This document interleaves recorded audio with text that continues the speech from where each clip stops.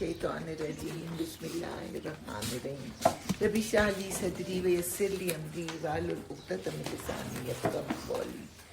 شروع ہوگی ہاں سورہ لقمان جو تھے وہ نبی نہیں تھے، لیکن اللہ تعالیٰ نے اتنی ان کو دانائی دی تھی اور اتنی اچھی باتیں انہوں نے بغیر وحی کے کہیں کہ اللہ تعالیٰ نے ان کو کوٹ کر دیا قرآن کے اندر، جو کہ قیامت تک پڑھی جائیں گی. کہتے ہیں کہ حبشی تھے اور لکڑی کا کام کیا کرتے تھے. اس سے مجھے خیال ہے کہ حضرت عیسیٰ کو کا جو تھے حضرت زکریا وہ بھی لکڑی کا کام کرتے تھے. تو اس زمانے میں لکڑی کا کام کرنے والے کافی لوگ ہوتے تھے. اچھا یہ اس کی کافی چیزیں جو ہیں وہ سورہ بقرہ سے مشابہت رکھتی ہیں، لیکن تھوڑا سا فرق ہے وہ میں ابھی بتاتی ہوں. اعوذ باللہ من الشیطان الرجیم بسم اللہ الرحمن الرحیم الف لام میم تلک آیات الکتاب الحکیم ہدی و رحمۃ للمحسنین. تو سورہ بقرہ میں کیا ہوتا ہے؟ ہدی للمتقین، اور یہاں پہ محسنین کے لیے ہدن بھی ہے اور رحمت بھی ہے. یعنی محسنین کا درجہ جو ہوتا ہے نا وہ ایک اونچا درجہ ہوتا ہے. سب سے پہلے انسان اسلام لے کے آتا ہے کہ وہ اپنی زبان سے کہتا ہے لا الہ الا اللہ محمد رسول اللہ، اور اس کے بعد وہ چیز اگر اس کے دل کے اندر چلی جاتی ہے تو خود بخود اس کے اعمال جو ہیں وہ تھوڑے سے بہتر ہوتے ہیں، تو وہ پھر مومن بن جاتا ہے.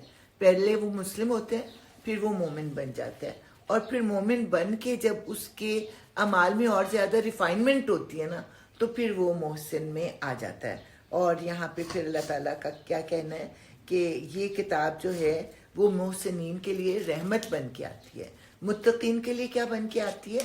ہدایت بن کے آتی ہے. لیکن جب ہدایت کے راستے پر لوگ چلتے ہیں تو مومن بن جاتے ہیں، اور اسی راستے پر جب اور آگے چلتے ہیں تو پھر وہ محسن بن جاتے ہیں، تو ان کے لیے پھر یہ رحمت بن جاتی ہے. تو الف لام میم یہ کتاب حکیم کی آیات ہیں، ہدایت اور رحمت نیکوکار لوگوں کے لیے جو نماز قائم کرتے ہیں، زکوٰۃ دیتے ہیں. وہاں پہ کیا تھا؟ وہ نماز قائم کرتے ہیں، جو رزق ہم نے ان کو دیا اس میں سے خرچ کرتے ہیں. یہاں پہ اگلا درجہ بتا دیا کہ وہ تو خرچ کریں گے ہی، ساتھ ساتھ اپنے کردار کی بھی جو ہے وہ پاکیزگی بڑھانے کی کوشش کرتے رہتے ہیں. زکوٰۃ سے مراد یہاں پہ مال دینا ہے، پلس اس کے ساتھ یہ ہے کہ وہ اپنے کردار کو ریفائن کرنے کی کوشش کرتے رہتے ہیں. وَيُؤْتُونَ الزَّكَاةَ وَهُمْ بِالْآخِرَةِ هُمْ يُوقِنُونَ، اور آخرت پر ان کا یقین ہے، کیونکہ آخرت پر یقین کے بغیر کوئی اپنے اعمال کو درست نہیں کر سکتا. یہی لوگ اپنے رب کی طرف سے راہ راست پر ہیں اور یہی فلاح پانے والے ہیں. اور انسانوں ہی میں سے کوئی ایسا بھی ہے جو کلام دل فریب خرید کر لاتا ہے تاکہ لوگوں کو اللہ کے راستے سے علم کے بغیر بھٹکا دے اور اس راستے کی دعوت کو مذاق میں اڑا دے. نذر بن حارث اس کی مثال پیش کی جاتی ہے کہ وہ حضور صلی اللہ علیہ وسلم سے بہت چڑھتا تھا اور اس کو یہ ناپسند تھا کہ لوگ حضور صلی اللہ علیہ وسلم کے آس پاس جمع ہو جاتے ہیں. ان کو ڈسٹریکٹ کرنے کے لیے یہ باہر سے ایران اور فارس سے جو تھا وہ قصے خرید کے لایا. جو بھی تھے سہراب کیا ہوتا تھا، سہراب کا پھر وہ کیا ہوتا تھا، دو نام اکٹھے آتے نا، باپ بیٹا تھے، رستم و سہراب کے قصے. اور اسی طرح پھر ناچنے گانے والی عورتیں وہ خرید کے لایا، اور پھر وہ قصہ گو خرید کے لایا کہ رات کو لوگوں کو میں اس میں بزی رکھوں، صبح وہ سوئے رہیں گے اور وہ محمد صلی اللہ علیہ وسلم کے پاس نہیں جائیں گے. یہ تو اس وقت کی بات ہے نا. آج کے زمانے میں کیا ہے؟ آج کل کے زمانے میں ڈاکٹر اسرار تو کہتے ہیں یہ جو گیمز ہے نا اس نے اس کی جگہ لے لی ہے. اب ہر وقت کوئی نہ کوئی سلسلہ لگا رہتا ہے. آج کرکٹ کا میچ ہو رہا ہے اور فلانا فٹ بال کا شروع ہو گیا ہے، آج جو ہے وہ اسکواش ہونا شروع ہو گیا ہے، اور لوگ ایسے بیٹھے رہتے ہیں جیسے دنیا کا اور کوئی کام ہی نہیں. اور اسی طرح اس کے ساتھ ساتھ آپ میڈیا ڈرامے وغیرہ جس میں تو ہم بھی انوالو ہو ہی جاتے ہیں. تو یہ جو ہے، اور اس کا مقصد کیا ہوتا ہے کہ انسان کا وقت بھی ضائع ہوتا ہے، انسان کی توجہ بھی اس کی طرف نہیں رہتی، اور آپ اگر اٹھ کے نماز پڑھنے کھڑے بھی ہو جاتے ہیں تو آپ کا دھیان کدھر ہوتا ہے؟ اسی طرف ہوتا ہے، اسی طرف ہوتا ہے. اور اس کے بارے میں اللہ تعالیٰ کیا کہہ رہے ہیں؟ ایسے لوگوں کے لیے سخت ذلیل کرنے والا عذاب ہے. اسے جب ہماری آیات سنائی جاتی ہیں تو وہ بڑے گھمنڈ کے ساتھ اس طرح رخ پھیر لیتا ہے گویا اس نے انہیں سنا ہی نہیں، گویا کہ اس کے کان بہہ رہے ہیں. اچھا مجدہ سنا دو اسے ایک دردناک عذاب کا. البتہ جو لوگ ایمان لے آئیں اور نیک عمل کریں ان کے لیے نعمت بھری جنتیں ہیں جن میں وہ ہمیشہ رہیں گے. یہ اللہ کا پختہ وعدہ ہے اور وہ زبردست اور حکیم ہے. اس نے آسمانوں کو پیدا کیا بغیر ستونوں کے جو تمہیں نظر آئیں. اس کی 2 تشریحات کی گئی ہیں کہ ستون ہے ہی نہیں، اور ستون کے بغیر اللہ تعالیٰ نے آسمان کو ٹھہرایا ہوا ہے. اور دوسری تشریح یہ ہے کہ ستون ہیں جو ہمیں نظر نہیں آتے، اس کو پھر ہم کہہ دیتے ہیں کشش ثقل. اس نے زمین میں پہاڑ جما دیے تاکہ وہ تمہیں لے کر ڈھلک نہ جائے. اس نے ہر طرح کے جانور زمین میں پھیلا دیا اور آسمان سے پانی برسایا اور زمین میں قسم قسم کی عمدہ چیزیں اگا دیں. یہ تو ہے اللہ کی تخلیق. اب ذرا مجھے بتاؤ ان دوسروں نے کیا پیدا کیا ہے؟ اصل بات یہ ہے کہ یہ ظالم لوگ صریح گمراہی میں پڑے ہوئے ہیں. ہم نے لقمان کو حکمت عطا کی تھی کہ اللہ کا شکر گزار ہو. جو کوئی شکر کرے گا اس کا شکر اس کے اپنے ہی لیے مفید ہے، اور جو کفر کرے تو حقیقت میں اللہ بے نیاز اور آپ سے آپ محمود ہے. سورہ ابراہیم ہم نے پڑھی، اس میں کیا تھا کہ جب تم شکر کرو گے تو میں اور زیادہ دوں گا، اور جب تم ناشکری کرو گے تو میرا عذاب بہت دردناک ہے. یاد کرو جب لقمان اپنے بیٹے کو نصیحت کر رہا تھا تو اس نے کہا بیٹا خدا کے ساتھ کسی کو شریک نہ کرنا. حق یہ ہے کہ شرک بہت بڑا ظلم ہے. اب یہ ہے کہ وہ نبی نہیں تھے، کوئی وحی ان کے پاس نہیں آئی، لیکن انہوں نے اپنی فطرت سلیم سے اس بات کو پہچان لیا کہ اس کائنات کو بنانے والا جو ہے وہ ایک ہی ہونا چاہیے. اور پھر انہوں نے یہ بھی پہچان لیا کہ دنیا میں اعمال کا بدلہ نہیں دیا جا سکتا، اس لیے پھر ایک دوسری دنیا ہونی چاہیے جس میں کہ اچھے اور برے اعمال کا بدلہ دیا جا سکے. اور یہ حقیقت ہے کہ ہم نے انسان کو اپنے والدین کا حق پہچاننے کی خود تاکید کیا. اللہ تعالیٰ نے یہ نہیں کہا کہ ان کی اطاعت کرو، ان کا ہر حکم مانو، حسن سلوک کرنے کے لیے کہا ہے. اس کی ماں نے ضعف پر ضعف اٹھا کر اسے اپنے پیٹ میں رکھا اور 2 سال اس کا دودھ چھوٹنے میں لگے. اس لیے ہم نے اس کو نصیحت کی کہ میرا شکر کر اور اپنے والدین کا شکر بجا لا، میری ہی طرف تجھے پلٹنا ہے. لیکن اگر وہ تجھ پر دباؤ ڈالیں کہ میرے ساتھ تو کسی ایسے کو شریک کرے جسے تو نہیں جانتا تو ان کی بات ہرگز نہ مان. دنیا میں ان کے ساتھ نیک برتاؤ کرتا رہ، مگر پیروی اس شخص کے راستے کی کر جس نے میری طرف رجوع کیا. پھر تم سب کو پلٹنا میری ہی طرف ہے. اس وقت میں تمہیں بتا دوں گا کہ تم کیسے عمل کرتے رہے ہو. آپ کو وہ حدیث یاد ہوگی کہ کوئی شخص حضور صلی اللہ علیہ وسلم کے پاس آیا اور کہا میرا حسن سلوک کا سب سے زیادہ حقدار کون ہے؟ انہوں نے کہا ماں. دوسری دفعہ پھر پوچھا، پھر ماں. پھر تیسری دفعہ پوچھا، پھر ماں. چوتھی دفعہ کہا کہ تیرا والد. اور اس کی حکمت پھر ہمیں سمجھ آتی ہے. پریگننسی، اس کے بعد ڈیلیوری، اس کے بعد دودھ چھڑانا، 2 چیزوں کا یہاں پہ اللہ تعالیٰ نے ذکر کیا ہے. اور 2 سال اس کا دودھ چھڑانے میں لگے. دودھ چھڑانا بھی ایک دودھ پلانا اور چھڑانا. پہلے ہم سمجھتے تھے صرف چھڑانا ہی جو ہے وہ مشکل ہے، لیکن آج کل کی بچیوں کو دیکھیں تو پتہ لگتا ہے کہ دودھ پلانا بھی کتنا مشکل کام ہے. تو خیر ویسے ایک تو ہوتی ہے نا پابندی ہوتی ہے، وہ بچے ایکسیپٹ نہیں کر رہے ہوتے اور مائیں اتنی اذیت میں سے گزر رہی ہوتی ہیں. آمنہ کے ساتھ ایسا ہو رہا ہے. بالکل بالکل. تو بیٹی اب 2 سال کی ہو رہی ہے تو کوشش کری چھڑا، اور فیڈر نہیں لیتی، سب سے بڑا چھڑانا. تو ان 3 چیزوں کے لیے پھر اللہ تعالیٰ نے ہمیشہ کے لیے بندے کو اپنی ماں کے پیچھے لگا دیا کہ اس کے ساتھ اس نے سلوک کرو، اور پھر چوتھی دفعہ بتایا کہ باپ کے ساتھ. تو یہ ہے کہ ماں باپ کا کہنا تو ماننا ہے، اس نے سلوک بھی کرنا ہے، لیکن اگر وہ شرک کا حکم دیتے ہیں تو وہ بات نہیں مانتی. اور لقمان نے کہا تھا بیٹا کوئی عمل رائی کے دانے برابر بھی ہو اور کسی چٹان میں یا آسمانوں یا زمین میں کہیں چھپی ہوئی ہو، اللہ اسے نکال لائے گا. یعنی چھپ کے جو عمل کرو گے اللہ تعالیٰ اس کو باہر لے آئے گا. وہ باریک بین اور باخبر ہے. بیٹا نماز قائم کر، نیکی کا حکم دے، بدی سے منع کر، اور جو مصیبت بھی پڑے اس پر صبر کر، یہ وہ باتیں ہیں جن کی بڑی تاکید کی گئی ہے، اور لوگوں سے منہ پھیر کر بات نہ کر۔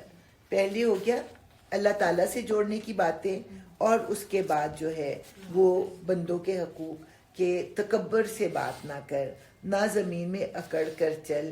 اللہ کسی خود پسند اور فخر جتانے والے کو پسند نہیں کرتا۔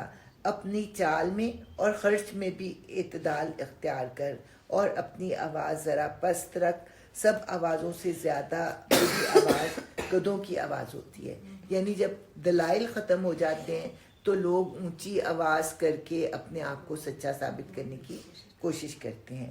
یہاں تک تھا حضرت لقمان کا اپنے بیٹے کو نصیحت کرنا، اور اتنی اچھی باتیں ہیں جن کو کہ اللہ تعالیٰ نے پھر قرآن میں کوٹ کر دیا ہے۔ کیا تم لوگ نہیں دیکھتے کہ اللہ نے زمین اور آسمانوں کی ساری چیزیں تمہارے لیے مسخر کر رکھی ہیں، اور اپنی کھلی اور چھپی نعمتیں تم پر تمام کر دی ہیں؟ اس پر حال یہ ہے کہ انسانوں میں سے کچھ لوگ ہیں جو اللہ کے بارے میں جھگڑتے ہیں بغیر اس کے کہ ان کے پاس کوئی علم ہو یا ہدایت یا کوئی روشنی دکھانے والی کتاب، اور جب ان سے کہا جاتا ہے کہ پیروی کرو اس چیز کی جو اللہ نے نازل کی ہے تو کہتے ہیں ہم تو اس چیز کی پیروی کریں گے جس پر ہم نے اپنے باپ دادا کو پایا۔ کیا یہ انہی کی پیروی کریں گے، خواہ شیطان ان کو بھڑکتی ہوئی آگ ہی کی طرف کیوں نہ بلاتا رہا ہو؟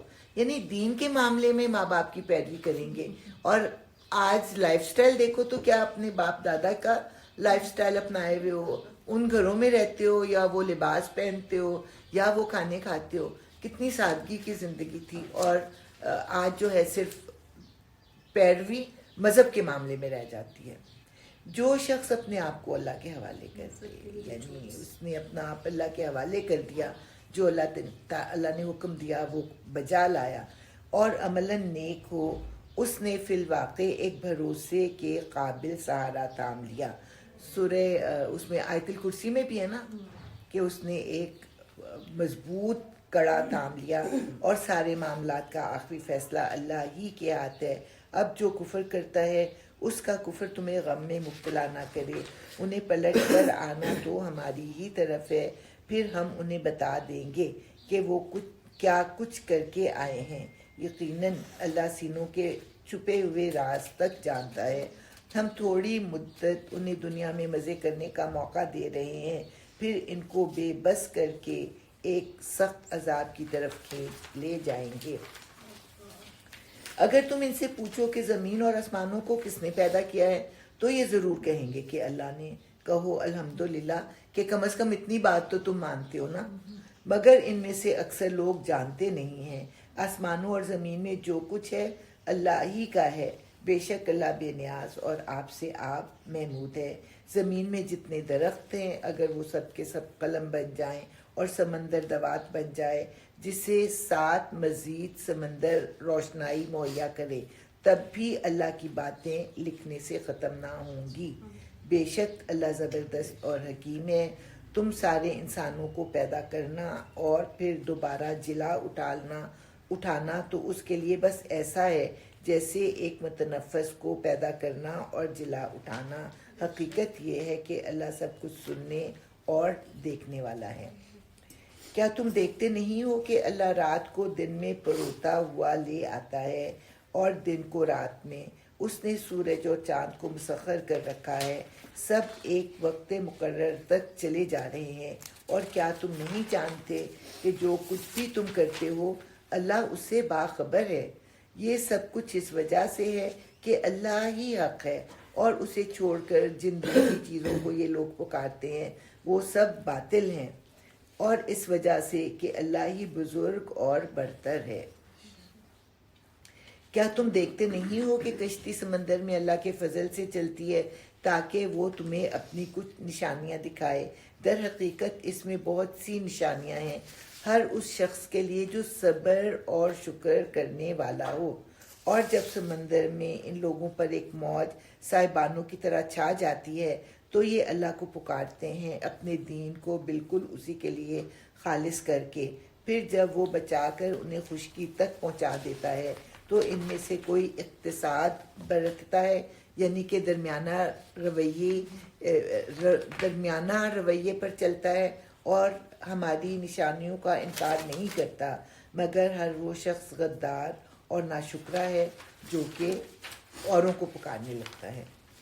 لوگوں بچو اپنے رب کے غضب سے اور ڈرو اس دن سے جبکہ کوئی باپ اپنے بیٹی کی طرف سے بدلہ نہ دے گا اور نہ کوئی بیٹا ہی اپنے باپ کی طرف سے کچھ بدلہ دینے والا ہوگا۔ فی الواقع اللہ کا وعدہ سچا ہے، بس یہ دنیا کی زندگی تمہیں دھوکے میں نہ ڈالے اور نہ دھوکے باز تم کو اللہ کے معاملے میں دھوکہ دینے پائے۔ تو دھوکہ باز کیا دھوکہ دیتے ہیں کہ اللہ تو بڑا غفور الرحیم ہے، اس بات پہ تمہیں سزا دے گا تو کہ تم نے یہ نہیں کیا، یعنی تمہارے غلط اعمال کو بالکل چھوٹا سا بناتا ہے اور اللہ تعالیٰ کی رحمت کو بہت بڑا بنا کے تو یوں پیش کرتا ہے کہ اللہ تعالیٰ اتنی چھوٹی بات پر تمہیں نہیں پکڑے گا۔ اس گھڑی کا علم اللہ ہی کے پاس ہے، وہی بارش برساتا ہے، وہی جانتا ہے کہ ماؤں کے پیٹوں میں کیا پرورش پا رہا ہے۔ کوئی متنفس نہیں جانتا کہ کل وہ کیا کمائی کرنے والا ہے اور نہ کسی شخص کو یہ خبر ہے کہ کس سرزمین میں اس کو موت آنی ہے۔ اللہ ہی سب کچھ جاننے والا اور باخبر ہے۔ 5 باتوں کے بارے میں اللہ تعالیٰ نے کہا، اس میں سے کہ ماؤں کے پیٹوں میں کیا ہے۔ اب ہم کہتے ہیں ہمیں تو پتہ چل جاتا ہے کہ بیٹا ہے یا بیٹی، لیکن وہ خوش بخت ہے یا بدبخت ہے، اس کی زندگی کتنی ہے، اس کی عادات کیسے ہوں گی، آخر کار وہ جنت میں جائے گا یا دوزخ میں جائے گا، ان باتوں کا تو کسی کو بھی نہیں پتہ۔ اور پھر یہ بھی نہیں جانتا کہ کل کون کیا کرے گا۔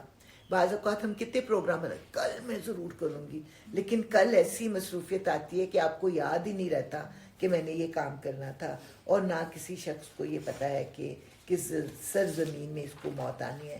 ساری عمر انسان کہیں رہتا بستا ہے، اور جب جس سرزمین پر موت آنی ہوتی کسی بہانے سے وہاں پہ وہ چلا جاتا ہے۔ سورہ سجدہ یہ بھی چھوٹی سی صورت ہے اور حضور صلی اللہ علیہ وسلم کی بہت محبوب صورت تھی۔ جمعے کو فجر کی پہلی رکعت میں عموماً یہ پڑھا کرتے تھے اور دوسری میں پھر سورہ منافقون پڑھا کرتے تھے، اور کبھی کبھی 2 اور صورتیں بھی پڑھتے تھے، وہ میں نے ادھر نوٹ نہیں کیا، لیکن اتنا ہی کافی ہے کہ یہ جمعے کو پڑھا کرتے تھے۔ بسم اللہ الرحمن الرحیم، الف لام میم۔ اس کتاب کی تنزیل بلا شبہ رب العالمین کی طرف سے ہے۔ کیا یہ لوگ کہتے ہیں کہ اس شخص نے اسے خود کر لیا ہے؟ نہیں، بلکہ یہ حق ہے تیرے رب کی طرف سے تاکہ تو متنبع کرے ایک ایسی قوم کو جس کے پاس تجھ سے پہلے کوئی متنبع کرنے والا نہیں آیا، شاید کہ وہ ہدایت پا جائیں۔ اچھا، جمعے کو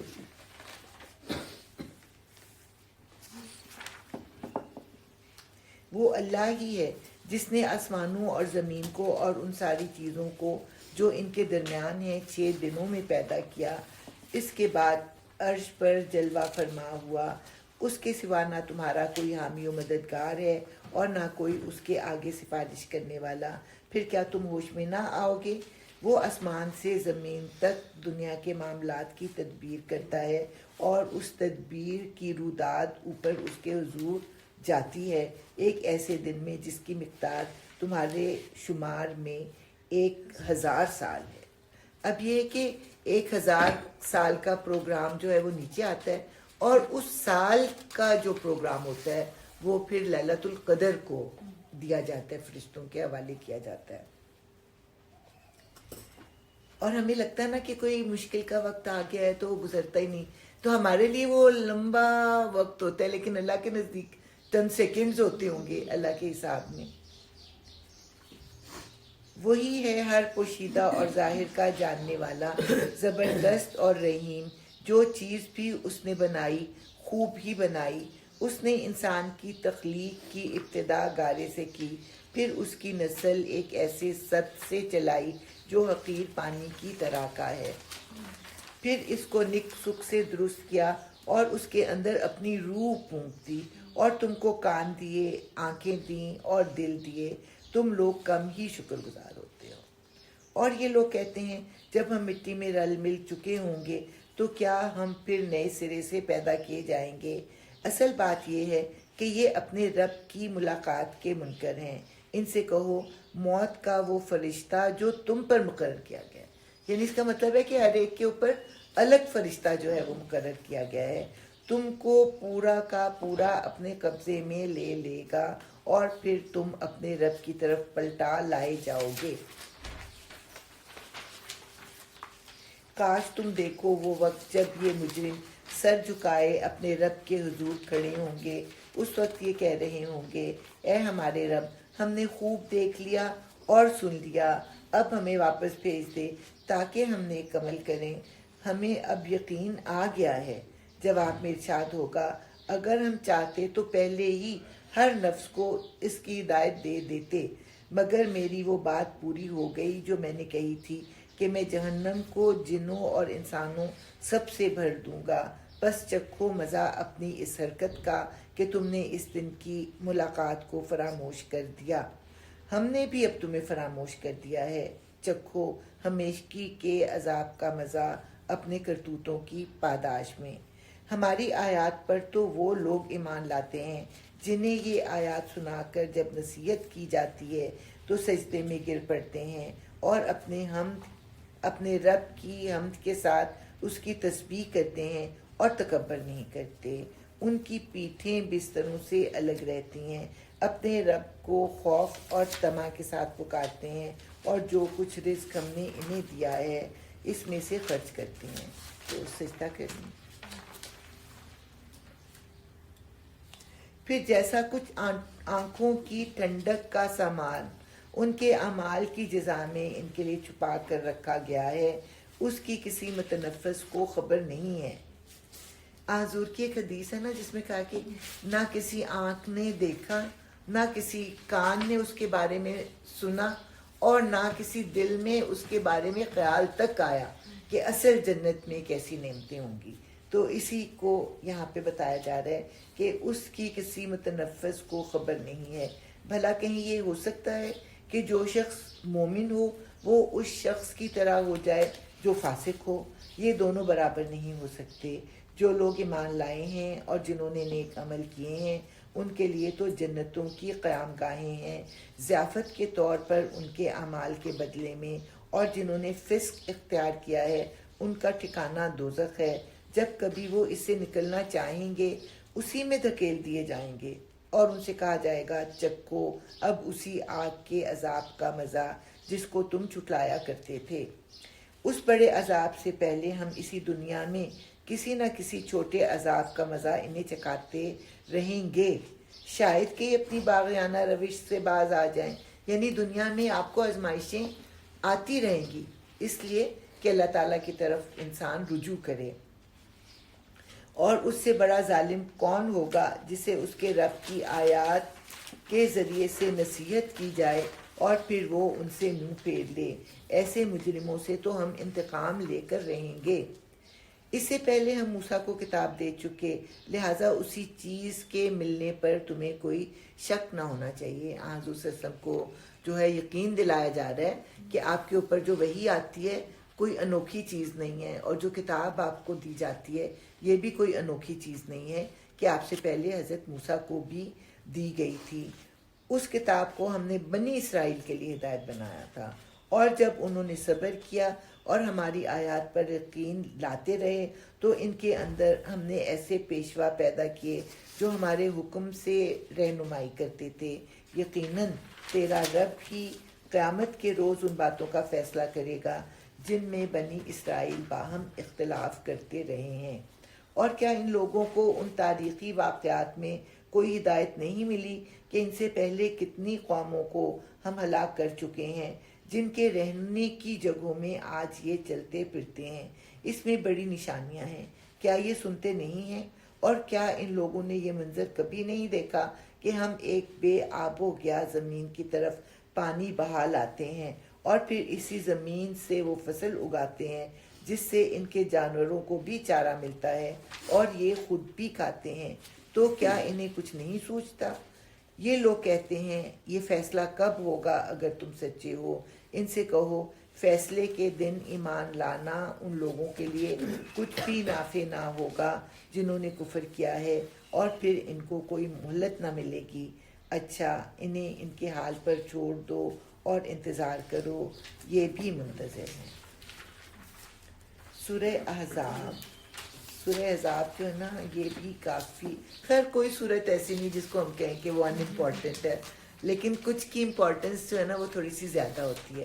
اس میں 3-4 مضامین بیان ہوئے ہیں۔ احزاب حزب سے ہے، حزب کہتے ہیں گروہ کو۔ اس میں اس جنگ کا ذکر ہے جس کو ہم جنگ خندق بھی کہتے ہیں، جبکہ پورے عرب سے تمام قبائل مل کر مدینہ پر حملہ آور ہو گئے تھے، اور 10,000 تھی ان کی تعداد، جبکہ مسلمانوں کی تعداد 1500 کے قریب تھی، لڑنے والے مردوں کی تعداد، اور کوئی صورت نہیں تھی کہ مسلمان جو ہیں ان کا مقابلہ کر سکیں۔ لیکن آخر کار پھر اللہ تعالیٰ کی مدد سے مسلمانوں کو فتح ہوئی، اور حضور صلی اللہ علیہ وسلم نے کہا کہ آج کے بعد دشمن تم پر حملہ نہیں کرے گا، اب ہم ان پر حملہ کیا کریں گے۔ اس کے بعد ایک اور موضوع اس میں بیان ہوا ہے، وہ ہے منہ بولے بیٹے کے حقوق۔ عرب میں منہ بولے بیٹے کے حقوق بالکل سگے بیٹے جیسے تھے، یعنی اس کے مرنے کے بعد یا اگر وہ بیوی کو طلاق دے دیتا تو اس کی بیوی کے ساتھ جو منہ بولا سسر ہے وہ کبھی بھی شادی وغیرہ نہیں کر سکتا تھا، اور پھر جائیداد میں حصہ دیا جاتا وغیرہ وغیرہ۔ اس رسم کو بھی اللہ تعالیٰ نے دور کرنا تھا، لیکن صرف قرآن میں حکم دینے سے وہ دور ہونے والی چیز نہیں تھی، اس لیے پریکٹیکلی جو ہے اس کو کر کے دکھایا گیا، اور حضور صلی اللہ علیہ وسلم سے اس کو کروایا گیا۔ اور تیسری چیز جو اس میں آتی ہے،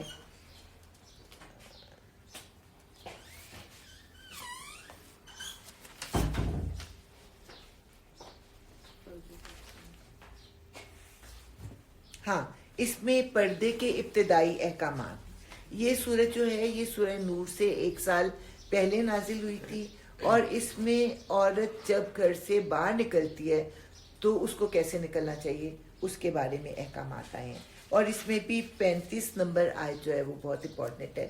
کل میں نے غلطی سے کہا تھا کہ وہ آیت ہے جس میں کہ اس کا ذکر ہے، درود پاک کا ذکر ہے، نہیں، اس میں جو ہے وہ مومنوں کے جو صفات ہیں ان کا ذکر آتا ہے، اور وہ ابھی آئے گا تو ہم کرتے ہیں۔ اور اس میں ایک اور خاص بات یہ ہے کہ جیسے سورہ توبہ پہ ہم نے پڑھا تھا نا کہ پہلا رکوع آیا جو بہت امپورٹنٹ تھا، اس کے بعد پھر 2 رکوع آئے جو فتح مکہ سے پہلے نازل ہوئے تھے، اور وہ 2 رکوع مسلمانوں کو مکہ کی طرف جنگ کے لیے جانے کے لیے تیار کر رہے تھے۔ اس کے بعد جو 4تھا اور 5واں رکوع تھا وہ پہلے رکوع سے ریلیٹڈ تھا، تو یہاں پر بھی 2 اور 3 رکوع جو ہیں وہ اکٹھے ہیں۔ پہلا رکوع جو ہے وہ زیادہ امپورٹنٹ ہے، اس کو پہلے لا کے، اور اس کا تعلق جو ہے پھر وہ 4تھے رکوع کے ساتھ جاتا ہے، تو اس میں بھی وہی چیز آتی ہے، رکوع کا آگے پیچھے ہونا ان کی امپورٹنس کے مطابق۔ اسی طرح سورہ انفال میں بھی ہم نے دیکھا نا کہ پوچھا گیا کہ انفال کے بارے میں دیں، لیکن اللہ تعالیٰ نے اور باتیں بتا کے اس کے بعد پھر ذکر کیا کہ مال غنیمت جو ہے وہ کس طرح سے تقسیم ہوگا۔ تو اب ہم دیکھتے ہیں کہ آج بھی رائٹنگ میں یہی سٹائل پڑھایا جاتا ہے۔ جی آج بھی میں نے کہا رائٹنگ میں یہی سٹائل پڑھایا جاتا ہے کہ پہلے امپورٹنٹ، ہاں جی بالکل، پہلا پیراگراف اور لاسٹ پیراگراف ریلیٹڈ ہوتے ہیں، کیسے اس کو جو ہے نا امپورٹنس ہے۔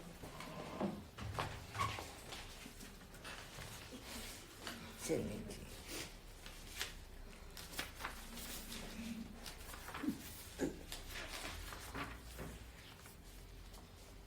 اعوذ باللہ من الشیطان الرجیم، بسم اللہ الرحمن الرحیم۔ اس کو جو ہے میں ریکارڈنگ کے لیے لے آتی ہوں، اس کو پلیز بند کر دے کوئی جس کو آتا ہے۔ اس کے رنگر بند کر دیں۔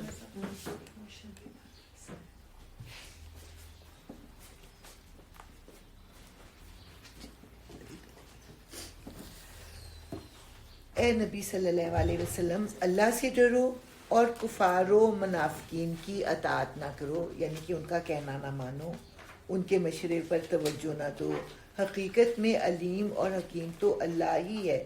پیروی کرو اس بات کی جس کا اشارہ تمہارے رب کی طرف سے تمہیں کیا جا رہا ہے، اللہ ہر اس بات سے باخبر ہے جو تم لوگ کرتے ہو. اللہ پر توکل کرو, اللہ ہی وکیل ہونے کے لیے کافی ہے. یعنی کہ حضور صلی اللہ علیہ وسلم سے ان کو ذہنی طور پر تیار کیا جا رہا ہے, کیونکہ ان کو بڑی دہشت تھی کہ میں کیسے یہ کام کروں, کہ سارے لوگ مجھے کیا کہیں گے. تو اللہ تعالیٰ نے کہا کہ لوگوں کی پرواہ نہ کرو, بلکہ وہ کام کرو جس کے کرنے کا حکم دیا جا رہا ہے. اللہ نے کسی شخص کے دھڑ میں دو دل نہیں رکھے. اللہ تعالیٰ نے کیا کہا ہے؟ کسی مرد کے دل میں دو دل نہیں رکھے. عورت کے دل میں, عورت میں آتے ہیں, عورت کے دھڑ میں جب بیبی پیدا ہوتا ہے تو اس کے دھڑ میں آ جاتے ہیں نا دو دل, بلکہ 3 بھی آ جاتے ہیں. تو یہاں پہ اللہ تعالیٰ نے کہا مراد یہ ہے دو دل نہیں رکھے کہ بیک وقت اس کے دل میں شرک اور توحید نہیں ہو سکتی, محاورے کے طور پر, کہ ایک ہی وقت میں بندہ مشرک اور موحد نہیں ہو سکتا. نہ اس نے تم لوگوں کی ان بیویوں کو جن سے تم زہار کرتے ہو تمہاری ماں بنا دیا ہے. زہار کا مطلب یہ ہے کہ جب شوہر اپنی بیوی سے بہت ناراض ہوتا تو وہ کہتا کہ آج سے تیری پیٹھ میری ماں کی طرح ہے. یعنی کہ وہ ایسی طلاق ہوتی تھی جس کے بعد رجوع بھی نہیں ہوتا تھا. تو یہاں پہ اللہ تعالیٰ نے اس رسم کو بھی ختم کیا کہ اللہ تعالیٰ نے کسی تمہارے کہنے سے تمہاری بیوی کو تمہاری ماں نہیں بنا دیا.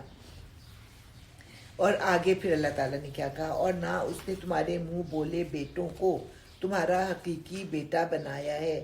یہ تو وہ باتیں ہیں جو تم لوگ اپنے منہ سے نکال دیتے ہو, مگر اللہ وہ بات کہتا ہے جو مبنی بر حقیقت ہے, اور وہی صحیح طریقے کی طرف رہنمائی کرتا ہے. منہ بولے بیٹوں کو ان کے باپوں کی نسبت سے پکارو, یہ اللہ کے نزدیک زیادہ منصفانہ بات ہے. اور اگر تمہیں معلوم نہ ہو کہ ان کے باپ کون ہیں تو وہ تمہارے دینی بھائی اور رفیق ہیں.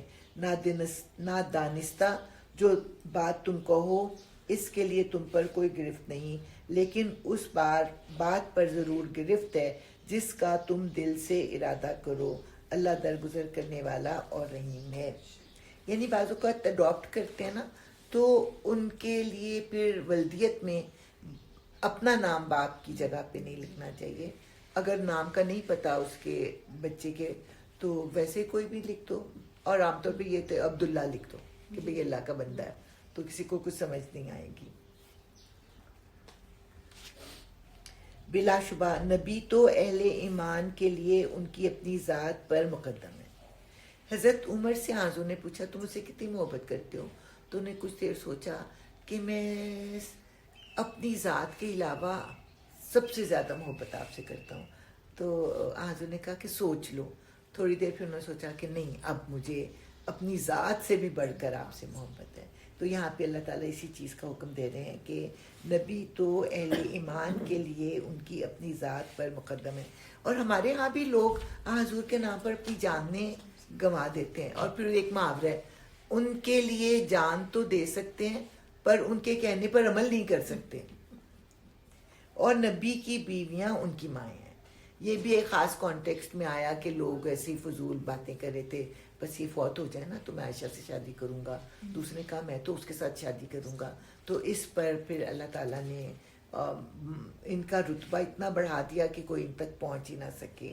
اور نبی کی بیویاں ان کی مائیں ہیں, مگر کتاب اللہ کی روح سے عام مومنین و مہاجرین کی بنسبت رشتہ دار ایک دوسرے کے زیادہ حقدار ہیں. وہ جو بنایا گیا تھا نا اخوت کا رشتہ, جس کو کیا کہتے تھے ہم, مواخات, تو وہ اس وقت کے لیے تھا, لیکن اللہ کے جو لوح محفوظ ہے اس میں رشتہ دار زیادہ قریب ہیں ایک دوسرے کے. البتہ اپنے رفیقوں کے ساتھ تم کوئی بھلائی کرنا چاہو تو کر سکتے ہو. یعنی تم نے ولایت کا جو رشتہ اور لوگوں سے بنایا تھا, ان سے جو وعدے کیے تھے ان کو بھی نبھاؤ, لیکن وارثوں کے حق سے نہیں, ان کو الگ سے. یہ حکم کتاب الہی میں لکھا ہوا ہے. اور اے نبی یاد رکھو اس عہد و پیمان کو جو ہم نے سب پیغمبروں سے لیا ہے, تم سے بھی اور نوح اور ابراہیم اور موسیٰ اور عیسیٰ ابن مریم سے بھی. سب سے ہم پختہ عہد لے چکے ہیں تاکہ سچے لوگوں سے ان کا رب ان کی سچائی کے بارے میں سوال کرے, اور کافروں کے لیے تو اس نے دردناک عذاب مہیا کر ہی رکھا ہے. کون سا عہد لیا تھا؟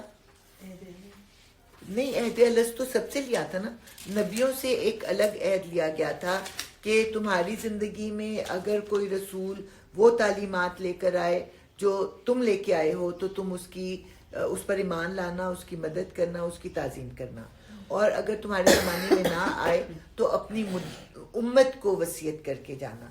لیکن حضور صلی اللہ علیہ وسلم کا نام تو اس میں ہے، لیکن قرآن میں ایسا کوئی عہد نہیں ہے کہ آنے والے کسی نبی کا ذکر قرآن میں بھی آیا ہو. اے لوگوں جو ایمان لائے ہو، اب یہاں سے جو ہے یہ اب پہلا رکوع ختم ہوا نا، اب دوسرا رکوع جو ہے یہ جنگ احزاب سے متعلق ہے. اے لوگوں جو ایمان لائے ہو، یاد کرو اللہ کے احسان کو جو ابھی ابھی اس نے تم پر کیا ہے. جب لشکر تم پر چڑھ آئے تھے تو ہم نے ان پر ایک سخت آندھی بھیج دی اور ایسی فوجیں روانہ کی جو تم کو نظر نہ آتی تھیں. اللہ وہ سب کچھ دیکھ رہا تھا جو تم لوگ اس وقت کر رہے تھے جب وہ اوپر سے اور نیچے سے تم پر چڑھ آئے تھے، یعنی پہاڑی علاقوں سے بھی آ رہے تھے، میدانی علاقوں سے بھی آ رہے تھے. جب خوف کے مارے آنکھیں پتھرا گئیں، کلیجے منہ کو آ گئے اور تم لوگ اللہ کے بارے میں طرح طرح کے گمان کرنے لگے، اس وقت ایمان لانے والے خوب آزمائے گئے اور بری طرح ہلا مارے گئے. یاد کرو وہ وقت جب منافقین اور وہ سب لوگ جن کے دلوں میں روک تھا صاف صاف کہہ رہے تھے کہ اللہ اور اس کے رسول نے جو وعدے ہم سے کیے تھے وہ فریب کے سوا کچھ نہ تھے. جب ان میں سے ایک گروہ نے کہا اے یثرب کے لوگوں، تمہارے لیے اب ٹھہرنے کا کوئی موقع نہیں ہے، پلٹ چلو. اب یہ آواز کس نے لگائی تھی؟ یثرب کیا تھا؟ حضور کے آنے سے پہلے اس بستی کا نام، اور جب حضور صلی اللہ علیہ وسلم آ گئے تو اس کا نام مدینہ النبی رکھ دیا گیا. تو اب یہ جو آواز تھی وہ تعصب کو بڑھانے کے لیے لگائی گئی کہ اے یثرب کے لوگوں، دیکھو تم نے محمد صلی اللہ علیہ وسلم پر یقین کر کے یہ دن دیکھنا تھا، بہتر ہے کہ اپنے پرانے دین پر چلے جاؤ، شاید تمہاری جان بچ جائے. تو اس طرح سے تعصب کو ابھارا گیا. اے یثرب کے لوگوں، تمہارے لیے اب ٹھہرنے کا کوئی موقع نہیں ہے، پلٹ چلو، یعنی اپنا دین چینج کر دو. جب ان کا ایک فریق یہ کہہ کر نبی سے رخصت طلب کر رہا تھا ہمارے گھر خطرے میں ہیں، حالانکہ وہ خطرے میں نہ تھے. دراصل وہ محاذ جنگ سے بھاگنا چاہتے تھے. اگر شہر کے اطراف سے دشمن گھس آئے ہوتے اور اس وقت انہیں فتنے کی طرف دعوت دی جاتی تو یہ اس میں جا پڑتے اور مشکل ہی سے انہیں شریک فتنہ ہونے میں کوئی تعامل ہوتا. یعنی کہ ویسے تو اسلام کا اظہار کرتے ہیں، اپنے آپ کو مسلمانوں کے ساتھ ظاہر کرتے ہیں، لیکن اگر دشمن اندر گھس آیا ہوتا تو یہ دشمن کے ساتھ مل کر مسلمانوں کے مقابلے کے لیے کھڑے ہو جاتے، مسلمانوں سے مقابلے کے لیے کھڑے ہو جاتے. ان لوگوں نے اس سے پہلے اللہ سے عہد کیا تھا کہ یہ پیٹ نہ پھیریں گے، اور اللہ سے کیے ہوئے عہد کی باز پرس تو ہونی ہی تھی. اے نبی صلی اللہ علیہ وسلم، ان سے کہو اگر تم موت یا قتل سے بھاگو تو یہ بھاگنا تمہارے لیے کچھ بھی نفع بخش نہ ہوگا. اس کے بعد زندگی کے مزے لوٹنے کا تھوڑا ہی موقع تمہیں مل سکے گا. ان سے کہو کون ہے جو تمہیں اللہ سے بچا سکتا ہو اگر وہ تمہیں نقصان پہنچانا چاہے، اور کون اس کی رحمت کو روک سکتا ہے اگر وہ تم پر مہربانی کرنا چاہے. اللہ کے مقابلے میں تو یہ لوگ کوئی حامی و مددگار نہیں پا سکتے. اب یہ منافقوں سے یہ خطاب ہے. اللہ تم میں سے ان لوگوں کو خوب جانتا ہے جو جنگ کے کام میں رکاوٹیں ڈالنے والے ہیں، جو اپنے بھائیوں سے کہتے ہیں آؤ ہماری طرف، جو لڑائی میں حصہ لیتے بھی ہیں تو بس نام گنانے کو، جو تمہارا ساتھ دینے میں سخت بخیل ہیں. خطرے کا وقت آ جائے تو اس طرح دیدے پھرا پھرا کر تمہاری طرف دیکھتے ہیں جیسے کسی مرنے والے پر غشی طاری ہو رہی ہو، مگر جب خطرہ گزر جاتا ہے تو یہی لوگ فائدوں کے حریص بن کر قینچی کی طرح چلتی ہوئی زبانیں لیے تمہارے استقبال کو آ جاتے ہیں. یعنی اگر مسلمانوں کو فتح ملے تو مال غنیمت میں حصہ ڈالنے کے لیے حاضر ہو جاتے ہیں. یہ لوگ ہرگز ایمان نہیں لائے، اسی لیے اللہ نے ان کے سارے اعمال ضائع کر دیے، اور ایسا کرنا اللہ کے لیے بہت آسان ہے. یہ سمجھ رہے ہیں کہ حملہ آور گروہ ابھی گئے نہیں ہیں، اور اگر وہ پھر حملہ آور ہو جائیں تو ان کا جی چاہتا ہے کہ اس موقع پر یہ کہیں صحرا میں بدوؤں کے درمیان جا بیٹھیں اور وہیں سے تمہارے حالات پوچھتے رہیں، تاکہ اگر یہ تمہارے درمیان رہے تاہم اگر یہ تمہارے درمیان رہے بھی تو لڑائی میں کم ہی حصہ لیں گے۔ اب ہوا یہ کہ ایک مہینہ جو تھا، جو عرب قبائل تھے ان سے کیا کہا گیا تھا، بس منٹوں میں ہم ان کا صفایا کر دیں گے، خوب مال ملے گا تمہیں۔ اب جب وہ آئے تو وہاں پہ خندق بنا دی گئی تھی، کیونکہ حضور صلی اللہ علیہ وسلم کو پتہ لگا کہ اتنی بڑی تعداد کے ساتھ جنگ تو ہو نہیں سکتی، تو سلمان فارسی نے پھر ان کو مشورہ دیا کہ ہم خندق بنا دیتے ہیں۔ تو حضور صلی اللہ علیہ وسلم نے راتوں رات دن رات لگ کے وہاں پہ خندق بنا دی۔ اب جب وہ آئے ہیں آگے خندق دیکھ کے حیران رہ گئے، اب خندق پار کریں تو کیسے، کیونکہ جو بھی خندق پار کرنے لگتا اوپر سے تیروں کی بوچھار ہو جاتی۔ اس طرح وہ ایک مہینہ وہاں پہ بیٹھے رہے، جو سامان کھانے پینے کا وہ لے کے آئے تھے وہ ختم ہو گیا، اپنے کام کاج انہوں نے چھوڑے ہوئے تھے، خود بھی تھک وک گئے، اور ادھر جو تھا اللہ تعالیٰ نے ایک آخری ان کے اوپر مصیبت ایسی بھیجی کہ اتنی تیز آندھی آئی کہ ان کے خیمے الٹ گئے اور آگ لگ گئی، اور ان کی جو ہانڈیاں تھیں وہ الٹ گئی، ان کے گھوڑے بھاگ گئے۔ تو پھر جب صبح ہوئی راتوں رات پھر انہوں نے فیصلہ کیا ہم جاتے ہیں، اور راتوں رات وہ وہاں سے چلے گئے۔ جب صبح ہوئی تو یہ آواز لگائی گئی کہ وہ لوگ چلے گئے ہیں، تو جو منافق تھے مسلمانوں کو تو یقین آ گیا، تو ان کو لگا نہیں وہ کہیں جا کے چھپ گئے ہیں اور وہ دوبارہ حملہ کریں گے، تو ان کو پھر یقین نہیں آتا تھا۔ در حقیقت تم لوگوں کے لیے اللہ کے رسول میں ایک بہترین نمونہ تھا، ہر اس شخص کے لیے جو اللہ اور یوم آخر کا امیدوار ہو اور کثرت سے اللہ کو یاد کرے۔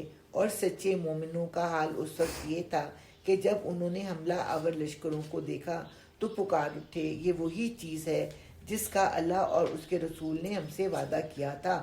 یعنی اللہ تعالیٰ نے بار بار یہ بتایا تھا کہ وہ آزمائے جائیں گے، وہ بھوک سے اور خوف سے اور جنگ سے جو ہے ان کو آزمایا جائے گا۔ تو مسلمانوں نے کہا کہ ہاں اللہ تعالیٰ نے ہم سے وعدہ کیا تھا کہ ہماری آزمائش جنگ سے بھی ہوگی، تو اس طرح یہ ہماری آزمائش کا وقت ہے۔ اللہ اور اس کے رسول کی بات بالکل سچی تھی۔ اس واقعے نے ان کے ایمان اور ان کی سپردگی کو اور زیادہ بڑھا دیا، اور ایمان لانے والوں میں ایسے لوگ موجود ہیں جنہوں نے اللہ سے کیے ہوئے عہد کو سچا کر دکھایا ہے، یعنی کہ انہوں نے جان تک قربان کر دی ہے۔ ان میں سے کوئی اپنی نظر پوری کر چکا، یعنی اس نے جو اپنا وعدہ اللہ تعالیٰ سے جان دینے کا کیا تھا وہ اس نے پورا کر دیا، اور کوئی وقت آنے کا منتظر ہے کہ جو ہی اسے موقع ملے تو وہ بھی اپنی جان اللہ کی راہ میں قربان کر دے۔ انہوں نے اپنے رویے میں کوئی تبدیلی نہیں کی، یہ سب کچھ اس لیے ہوا تاکہ اللہ سچوں کو ان کی سچائی کی جزا دے، اور منافقوں کو چاہے تو سزا دے اور چاہے تو ان کی توبہ قبول کر لے، بے شک اللہ غفور اور رحیم ہے۔ یعنی اللہ تعالیٰ نے ابھی تک کھلا چھوڑا ہوا ہے توبہ کا دروازہ ان کے لیے۔ اللہ نے کفار کا منہ پھیر دیا، وہ کوئی فائدہ حاصل کیے بغیر اپنے دل کی جلن لیے یوں ہی پلٹ گئے، اور مومنین کی طرف سے اللہ ہی لڑنے کے لیے کافی ہو گیا۔ مسلمانوں کو لڑنے کا موقع نہیں ملا، اللہ تعالیٰ ہی نے ان سے لڑائی کی۔ اللہ بڑی قوت والا اور زبردست ہے۔ پھر اہل کتاب میں سے جن لوگوں نے ان حملہ آوروں کا ساتھ دیا، اللہ ان کی گڑیوں سے انہیں اتار لایا، اور ان کے دلوں میں اس نے ایسا روب ڈال دیا کہ آج ان میں سے ایک گروہ کو تم قتل کر رہے ہو اور دوسرے گروہ کو قید کر رہے ہو۔ اس نے تم کو ان کی زمین اور ان کے گھروں اور ان کے اموال کا وارث بنا دیا، اور وہ علاقہ تمہیں دیا جسے تم نے کبھی پامال نہ کیا تھا۔ پامال کرنے سے مراد یہ کہ اس پر تم نے حملہ نہ کیا تھا، کہ تمہیں حملہ کرنے کے بعد فتح نصیب ہوتی، بغیر حملہ کیے اللہ تعالیٰ نے وہ علاقہ تمہیں دے دیا۔ اللہ ہر چیز پر قادر ہے۔ اب یہ کیا باتیں ہیں، اب جب تک پتہ نہ ہو ہمیں سمجھ نہیں آتی کہ یہ کیا اللہ تعالیٰ نے بیان کیا ہے۔ حضور صلی اللہ علیہ وسلم جب مدینہ میں آئے تو 3 قبائل یہاں پہ آباد تھے، بنو قینقاع، بنو نذیر اور بنو قریظہ۔ ان میں سے جو ایک قبیلہ تھا جنگ بدر کے بعد ان کے ساتھ نپٹا گیا اور ان کو مدینہ سے نکال دیا گیا. دوسرے کو جو ہے نپٹا گیا جنگ احد کے بعد تقریباً. اب ایک قبیلہ رہ گیا تھا.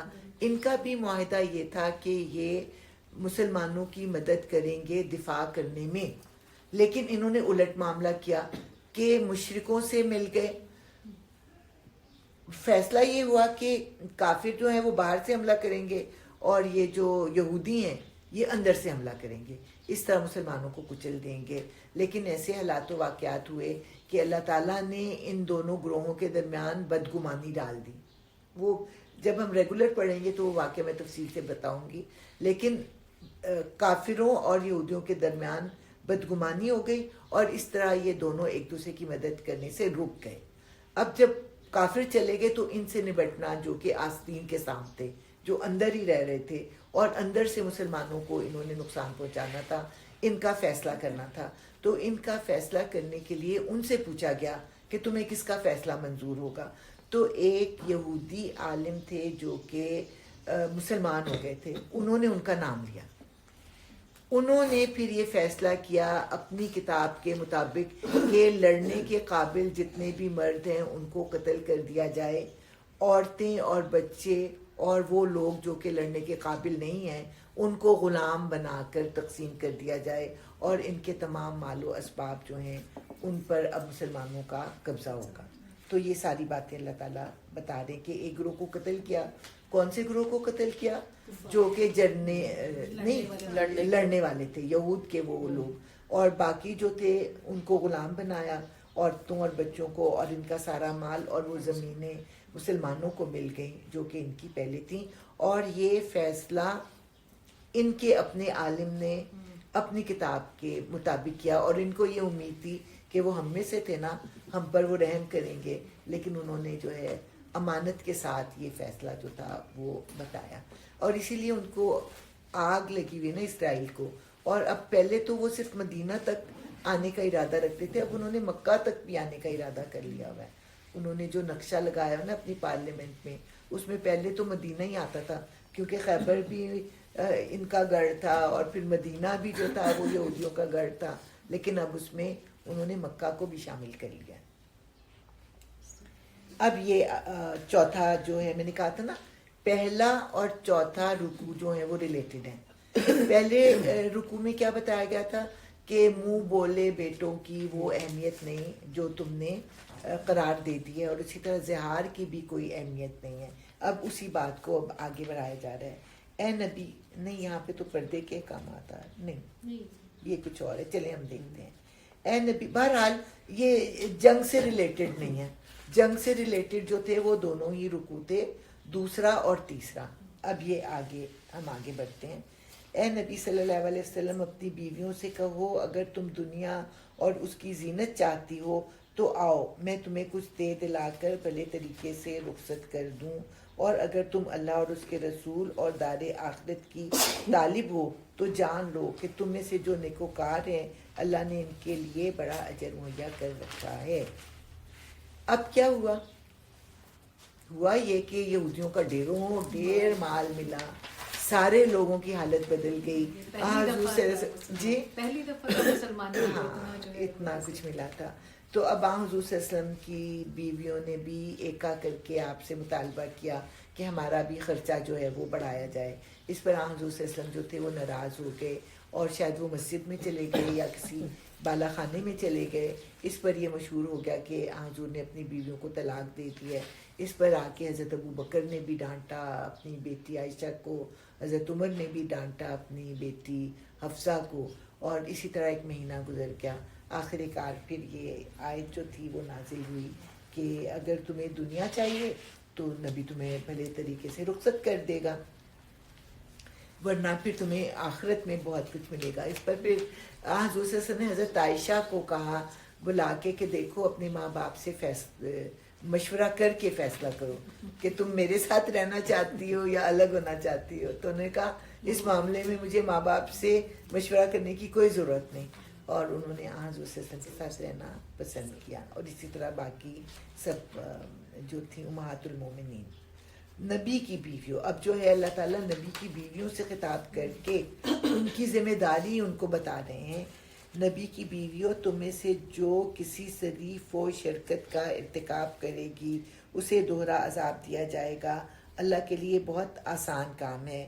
اور تم میں سے جو اللہ اور اس کے رسول کی اطاعت کرے گی اور نیک عمل کرے گی اس کو ہم دوہرا اجر دیں گے، اور ہم نے اس کے لیے رزق کریم مہیا کر رکھا ہے. دوہرا اجر کیوں؟ کیونکہ اب تم رول ماڈل ہو. تمہارے اچھے عمل کو جب اور عورتیں فالو کریں گی تو ان کے ثواب کا ایک حصہ بھی تمہیں ملے گا، اور اپنے عمل کا حصہ تو ملے گا ہی. نبی کی بیویوں، تم عام عورتوں کی طرح نہیں ہو. اگر تم اللہ سے ڈرنے والی ہو تو دبی زبان سے بات نہ کیا کرو کہ دل کی خرابی کا مبتلا کوئی شخص لالچ میں پڑ جائے، بلکہ صاف سیدھی بات کرو، یعنی دو ٹوک بات کرو، جس کو ہم کہتے ہیں نا فرم بات کرنا ویسے تو، لیکن جس کو پنجابی میں کہتے ہیں بدید ہو کے بات کرنا. غیر مردوں کے ساتھ بدید ہو کے بات کرو کہ اگر دید کے ساتھ لحاظ کے ساتھ بات کی تو اس کے دل میں جو ہے کوئی شک پڑ جائے. اپنے گھروں میں ٹک کر رہو اور ثابت دور جاہلیت کسی سج دج نہ دکھاتی پھرو کہ تیار ہو کے مالز میں چلی جاؤ تاکہ سارے لوگ جو ہیں وہ تمہارے لباس اور تمہارے فیشن اور تمہارے ایستھیٹک سینس کو جو ہے اپریشیٹ کر رہے ہوں. تو ایسا نہ کرو، بلکہ گھروں میں رہو اور کیا کرو، نماز قائم کرو، زکوٰۃ دو اور اللہ اور اس کے رسول کی اطاعت کرو. اللہ تو یہ چاہتا ہے کہ تم اہل بیت نبی سے گندگی کو دور کرے اور تمہیں پوری طرح پاک کر دے. اب اس کا مطلب یہ نہیں کہ ان کے اندر کوئی برائی تھی، مطلب یہ ہے کہ زمانہ جاہلیت میں حضور صلی اللہ علیہ وسلم کے نبوت سے پہلے جو رسم و رواج انہوں نے دیکھے تھے انہی میں یہ بھی مبتلا تھیں، اور کچھ بہت سی چیزیں نکل بھی گئی ہوں گی اور کچھ بہت سی چیزیں جو ہیں وہ رہ بھی گئی ہوں گی. تو اللہ تعالیٰ جو ہے انہیں پوری طرح پاک کرنا چاہ رہا تھا. یاد رکھو اللہ کی آیات اور حکمت کی ان باتوں کو. یاد رکھو سے مراد ہے کہ ان کو یاد کرو، حفظ کرو، جو تمہارے گھروں میں سنائی جاتی ہیں. بے شک اللہ لطیف اور باخبر ہے، کیونکہ یہی تعلیمات تم نے آگے پہنچانی ہیں. اب یہ 35 نمبر آیت آ گئی، جس کے بارے میں کل میں نے غلطی سے کہا تھا کہ اس میں درود پاک کا حکم ہے. تو یہ ہے ویسے تو قرآن کی ساری چیزیں، بلکہ غالباً ام سلمہ تھیں، کوئی تھیں ام سلمہ کی فرمائش پر یہ آیت جو تھی وہ نازل ہوئی. انہوں نے کہا اگرچہ ہمیں اس بات کا پتہ ہے کہ قرآن کے احکامات مردوں کے ساتھ ساتھ ہمارے لیے بھی ہیں، لیکن ہمارا دل چاہتا ہے کہ اللہ تعالیٰ ہم سے بھی خطاب کریں. تو ان کی فرمائش پر یہ آیت جو تھی وہ نازل ہوئی، جس میں اللہ تعالیٰ نے مسلمانوں کے ساتھ مسلمان عورتوں سے بھی خطاب کیا ہے. اور میں اس میں اب فرق بتاتی ہوں. ان المسلمین والمسلمات، مسلمان مرد اور مسلمان عورتیں، والمومنین والمومنات، مومن مرد اور مومن عورتیں. مومن اور مسلم ایک دوسرے کی جگہ پہ آتا ہے، لیکن جب مومن اور مسلم ایک جگہ پہ آئے تو اس میں کوئی فرق ہوتا ہے. وہ فرق کیا ہوتا ہے کہ ظاہریت جو ہوتی ہے وہ اسلام ہے کہ آپ نے نماز بھی پڑھ لی، زکوٰۃ بھی دے دی، حج بھی کر لیا، اور ایمان یہ ہے جو آپ کے دل کے اندر ہے، جس کو آپ کہتے ہیں اللہ تعالیٰ کی موجودگی کا احساس ہونا. تو ایمان کے ساتھ انہی اعمال میں ایک خوبصورتی پیدا ہو جاتی ہے. اس لیے ان کو جو ہے الگ الگ بیان کیا گیا کہ جب وہ اسلام کے درجے سے ایک درجہ اوپر چڑھ جاتے ہیں تو پھر وہ مومن بن جاتے ہیں. تو اسی لیے مسلم مرد اور مسلم عورتیں، مومن مرد اور مومن عورتیں، قانتین والقانتات. قنوت کا لفظ پہلے بھی آیا تھا. قنوت میں 3 چیزیں ہوتی ہیں: عاجزی اور ہمیشگی کے ساتھ فرما برداری.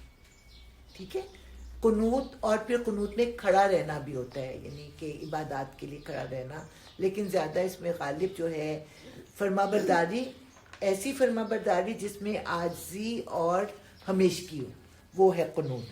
تو قانتینہ فرما بردار مرد اور فرما بردار عورتیں، والصادقین والصادقات، صدق کا میں آپ کو پہلے بھی بتا چکی ہوں کہ جب آپ کا دل، زبان اور عمل ایک لیول پر ہو تو وہ صدق ہوتا ہے. اور صدق پھر یہ ہوتا ہے سچائی کی تصدیق کرنا اور اس کے لیے پھر کڑے رہنا. تو صدیقین والصادقات والصابرین والصابرات، صبر کے بارے میں ایک تو یہ کہ ثابت قدم رہنا اور اس کے بعد اللہ تعالیٰ کے احکام پر عمل کرنا. اللہ تعالیٰ نے جن چیزوں سے روکا ہے ان سے رکنا. جو چیز مرضی کے خلاف ہو اس پر نیگیٹو ری ایکشن سے بچنا اور واویلا نہ کرنا. اور جس عقیدے کو قبول کیا اس پر ثابت قدمی سے قائم رہنا. یہ پھر صبر میں آ جاتا ہے. تو صبر کرنے والے مرد اور صبر کرنے والی عورتیں. والخاشعین والخاشعات، خشوع ہوتا ہے جھکنا عاجزی کے ساتھ. خشوع میں اور صرف کرٹسی ہوتی ہے، اس میں بہت ہی زیادہ کرٹسی، یعنی اپنے فیلو مسلمز کے ساتھ یا اپنے ساتھیوں کے ساتھ انسان کے اندر کوئی تکبر یا اکڑ اس طرح کا رویہ نہ ہو، کرٹسی کا رویہ ہو.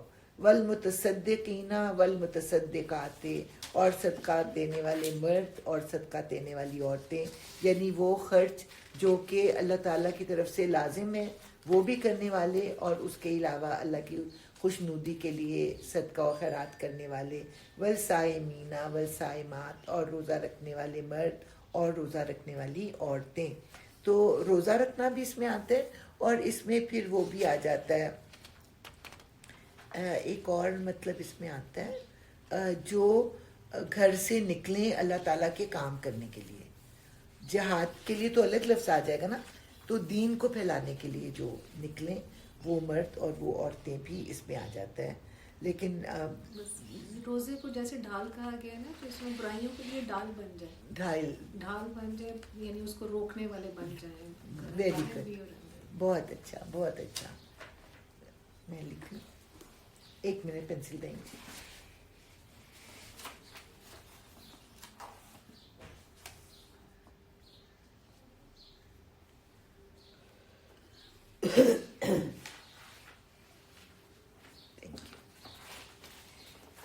والحافظین فروجہم والحافظات، اور اپنی شرمگاہوں کی حفاظت کرنے والے مرد اور حفاظت کرنے والی عورتیں. اس میں پھر دونوں چیزیں آ جاتی ہیں، عریانی سے بچنا بھی اور بے راہ روی سے بچنا بھی. والذاکرین اللہ کثیرا والذاکرات، اور اللہ کا ذکر کرنے والی اور مرد اور اللہ تعالیٰ کا کثرت سے ذکر کرنے والی عورتیں. اب ذکر سے کیا مراد ہے؟ نماز کو بھی قرآن میں ذکر کہا گیا ہے، قرآن کو بھی قرآن میں ذکر کہا گیا ہے. اس کے علاوہ ذکر جو ہے دل میں اللہ تعالیٰ کی یاد کو بھی ذکر کہا گیا ہے. اس کے علاوہ تسبیحات کو بھی ذکر کہا گیا ہے. اور پھر ایک حدیث اس طرح سے کسی نے پوچھا کہ بہترین روزہ کون سا ہے، تو آپ نے بتایا بہترین نماز کون سی ہے جس میں تو کثرت سے اللہ کو یاد کرے. ہم نماز ادا تو کرتے ہیں لیکن اس میں ذکر جو ہے وہ کم ہی کرتے ہیں، بلکہ اللہ تعالیٰ گلا کرتے ہیں. اس کے بعد ہے کہ بہترین روزہ کون سا ہے، وہ جس میں تو اللہ تعالیٰ کو کثرت سے یاد کرے. اور اس کے بعد پوچھا گیا بہترین جہاد کون سا ہے، یعنی بندہ اللہ کے لیے اپنی جان لے کے نکل آیا ہے اور وہ پوچھ رہا ہے کہ بہترین جہاد کون سا ہے، تو وہ جس میں کہ تو کثرت سے اللہ تعالیٰ کو یاد کرے وہ بہترین جہاد ہے. تو یعنی ہر حال میں اللہ تعالیٰ کو یاد کرنے والے، دل میں بھی اور اپنے معاملات کے وقت بھی، اور ہر وقت اللہ تعالیٰ کی موجودگی کا احساس کرنے والے. اب اللہ تعالیٰ نے اس کا اجر کتنا ادا تیار کر رکھا ہے. اللہ تعالیٰ نے مغفرت، انسان ہونے کے ناطے تم سے غلطیاں اور خطائیں تو ہوں گی، لیکن اللہ تعالیٰ نے پہلے سے ہی مغفرت تیار کر رکھی ہے، اور اجر عظیمہ، اور اجر عظیم جس کے بارے میں اللہ ہی جانتا ہے. اب اسی آیت کے ساتھ اللہ تعالیٰ کہتے ہیں کسی مومن مرد اور کسی مومن عورت کو یہ حق نہیں ہے کہ جب اللہ اور اس کا رسول کسی معاملے کا فیصلہ کر دے تو پھر اسے اپنے اس معاملے میں خود فیصلہ کرنے کا اختیار حاصل رہے. اب آگے آنے ہیں نا فیصلے اللہ تعالیٰ کے، ان کے لیے اللہ تعالیٰ نے پہلے ہی ذہنی طور پہ تیار کر دیا ہے کہ جب اللہ تعالیٰ نے فیصلہ کر دیا تو اب کسی کا اختیار نہیں رہ جاتا. اور ویسے بھی ان لوگوں کو بھی سنایا گیا جو اپنے آپ کو مسلمان اور مومن اور یہ وہ کہتے ہیں, ان کو بھی سنایا کہ جب اللہ تعالیٰ کا فیصلہ آ گیا تو بندے کا اختیار ختم ہو گیا, اور جو کوئی اللہ اور اس کے رسول کی نافرمانی کرے تو وہ صریح گمراہی میں پڑ گیا. اے نبی صلی اللہ علیہ وسلم, یاد کرو وہ موقع جب تم اس شخص سے کہہ رہے تھے جس پر اللہ نے اور تم نے احسان کیا تھا, اپنی بیوی کو نہ چھوڑ اور اللہ سے ڈر. اب اس کی تھوڑی سی بیک گراؤنڈ جب تک پتہ نہیں ہوتی تو بات کی سمجھ نہیں آتی. حضور صلی اللہ علیہ وسلم کی پھپھی کی بیٹی تھی, بچپن میں ساتھ کھیلی ہوئی تھی, اور شاید حضرت علی کی بہن تھی یا نہیں تھی, 12 نہیں, حضرت علی تو چچا کے بیٹے, تو یہ پھپھی کی بیٹی تھی, بچپن میں ساتھ کھیلی تھی. ادھر حضرت زید جو کہ غلام تھے, حضرت خدیجہ کے چچا زاد یا ان کے بھتیجے ان کو خرید کے کہیں سے لائے تھے, انہوں نے اپنی پھوپھی خدیجہ کو تحفے کے طور پر دیا. حضور صلی اللہ علیہ وسلم کو وہ بہت پسند آئے, اور حضرت خدیجہ نے پھر ان کو حضور صلی اللہ علیہ وسلم کو دے دیا, زید کو.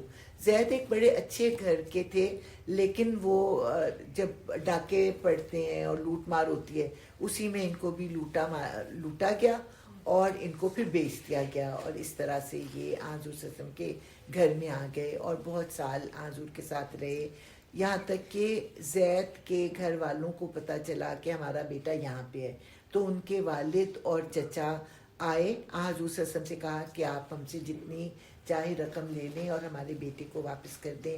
حضور صلی اللہ علیہ وسلم نے کہا کہ اگر وہ تمہارے ساتھ جانا چاہے تو میں تمہیں بغیر رقم کے اس کو دے دوں گا. تو جب بچے کو بلایا گیا, یا اب تو جوان ہو گئے ہوں گے, ان سے پوچھا گیا تو انہوں نے کہا کہ انہوں نے میرے ساتھ اتنا حسن سلوک کیا کہ میں ان کو چھوڑ کر نہیں جاؤں گا. اس پر حضور صلی اللہ علیہ وسلم اتنے خوش ہوئے کہ انہوں نے کہا کہ یہ آج سے میرا بیٹا ہے, اور پھر زید بن محمد کے نام سے وہ پکارے جانے لگے, یہاں تک کہ پھر جب اسی میں آئیں گی نا اس کے بعد پھر منع کیا گیا, اور پھر ان کو زید بن حارث کے نام سے بلایا جانے لگا. تو انہوں نے اپنا منہ بولا بیٹا بھی بنایا اور ان کو آزاد بھی کر دیا, اور ان کے سٹیٹس کو بڑھانے کے لیے, اگرچہ وہ غلام نہیں رہے تھے لیکن ان کے اوپر غلامی کا دھبا تو لگ چکا تھا نا, اس دھبے کو دور کرنے کے لیے حضور صلی اللہ علیہ وسلم نے اپنے خاندان کی ایک خاتون زینب کے ساتھ ان کا نکاح کرنا چاہا, جبکہ زینب کو بھی یہ بات پسند نہیں تھی اور ان کے گھر والوں کو بھی اتنا زیادہ پسند نہیں تھا. لیکن جب انہوں نے یہ پوچھا کہ یہ اللہ کی طرف سے ہے تو حضور نے ان کو مثبت جواب دیا, تو وہ راضی ہو گئے اور زینب کی شادی زید کے ساتھ کر دی گئی. لیکن ذہنی طور پر زینب نے زید کو قبول نہیں کیا, اور ان کے درمیان جو تھے اختلافات چلتے رہے, اور ان کی زندگی جو تھی وہ پریشان رہی, اور حضرت زید جو تھے حضور کو شکایت لگاتے رہتے کہ اب حالات بہت مشکل ہو گئے ہیں. لیکن حضور صلی اللہ علیہ وسلم کو ایک انکلنگ تھی, ایک تو مورل تھا ان کے اوپر, اوبلیگیشن تھی کہ اگر زید نے زینب کو طلاق دی تو زینب نے تو میرے کہنے پر زید سے شادی کی تھی, تو پھر میرا اخلاقی فرض ہے کہ میں پھر زینب سے شادی کروں. اور دوسرا ان کو یہ بھی تھا کہ شاید اللہ تعالیٰ کی طرف سے بھی کوئی ایسا حکم آ جائے, اس لیے وہ ٹال رہے تھے کہ اس معاملے کو لٹکائے رہیں کہ ان دونوں میں موافقت ہو جائے اور طلاق کی نوبت نہ آئے. لیکن آخر کار جب طلاق کی نوبت آ گئی تو پھر اللہ تعالیٰ نے حکم دیا, ابھی ایک لفظ آئے گا وہ میں پڑھ کے سناؤں گی, کہ اللہ تعالیٰ نے حکم دیا کہ آپ ان سے نکاح کریں, تو آپ نے پھر ان سے نکاح کیا. حالانکہ اللہ تعالیٰ نے پہلے پیراگراف میں پہلے رکوع میں تیار کر دیا نا کہ لوگوں سے نہ ڈرو, مجھ سے ڈرو اور میرا کہنا مانو, لوگوں کے کہنے کی پرواہ نہ کرو.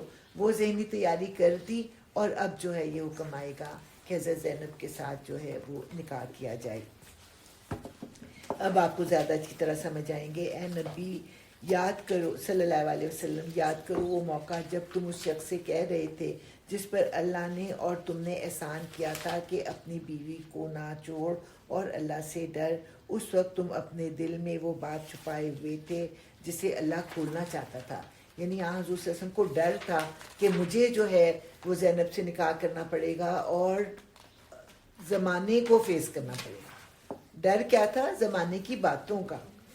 تم لوگوں سے ڈر رہے تھے، حالانکہ اللہ اس کا زیادہ حقدار ہے کہ تم اس سے ڈرو۔ پھر جب زید اس سے اپنی حاجت پوری کر چکا، یعنی کہ طلاق دے کر عدت ختم ہو گئی، رجوع کا موقع ختم ہو گیا، تو ہم نے اس مطلقہ خاتون کا تم سے نکاح کر دیا۔ یہاں پہ ہے زوجناکاہا، زوج بیوی بنایا، نہ ہم نے کا آپ کی ہاں اس خاتون کو۔ جب اللہ تعالیٰ نے نکاح کر دیا تو کون اس کو روک سکتا ہے؟ زوجناکاہا، بیوی بنایا ہم نے آپ کی اس خاتون کو، تاکہ مومنوں پر اپنے منہ بولے بیٹوں کی بیویوں کے معاملے میں کوئی تنگی نہ رہے، جبکہ وہ ان سے اپنی حاجت پوری کر چکے ہوں، یعنی کہ تعلق کو پوری طرح ختم کر چکے ہوں، طلاق کے بعد عدت بھی گزار چکے ہوں۔ تو اللہ تعالیٰ نے اس رسم کو ختم کرنا تھا، لیکن قرآن میں صرف احکام دے کے ختم نہیں کیا جا سکتا تھا، اس لیے حضور صلی اللہ علیہ وسلم سے پریکٹیکلی اس کو کروایا گیا، اور اللہ کا حکم تو عمل میں آنا ہی چاہیے تھا۔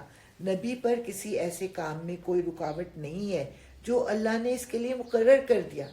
جب اللہ تعالیٰ نے ایک چیز فرض کر دی تو نبی کیسے اس کا انکار کر سکتا ہے؟ یہی اللہ کی سنت ہے ان سب انبیاء کے معاملے میں جو پہلے گزر چکے ہیں، اور اللہ کا حکم ایک قطعی طے شدہ فیصلہ ہوتا ہے۔ کتنے اتھارٹی سے اللہ تعالیٰ بار بار ایک بات کو بیان کر رہے ہیں کہ اللہ کا حکم تھا، اللہ کا حکم تھا، اللہ کا حکم تھا۔ یہ اللہ کی سنت ہے ان لوگوں کے لیے جو اللہ کے پیغامات پہنچاتے ہیں اور اسی سے ڈرتے ہیں، اور ایک خدا کے سوا کسی سے نہیں ڈرتے، اور محاسبے کے لیے بس اللہ ہی کافی ہے۔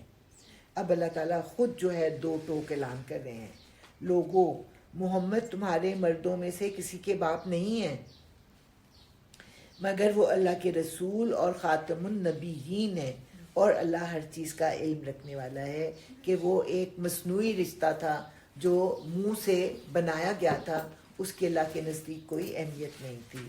اے لوگوں جو ایمان لائے ہو، اللہ کو کثرت سے یاد کرو اور صبح و شام اس کی تسبیح کرتے رہو، وہی ہے جو تم پر رحمت فرماتا ہے، اور اس کے ملائکہ تمہارے لیے دعائے رحمت کرتے ہیں تاکہ وہ تمہیں تاریکیوں سے روشنی میں نکال لائے۔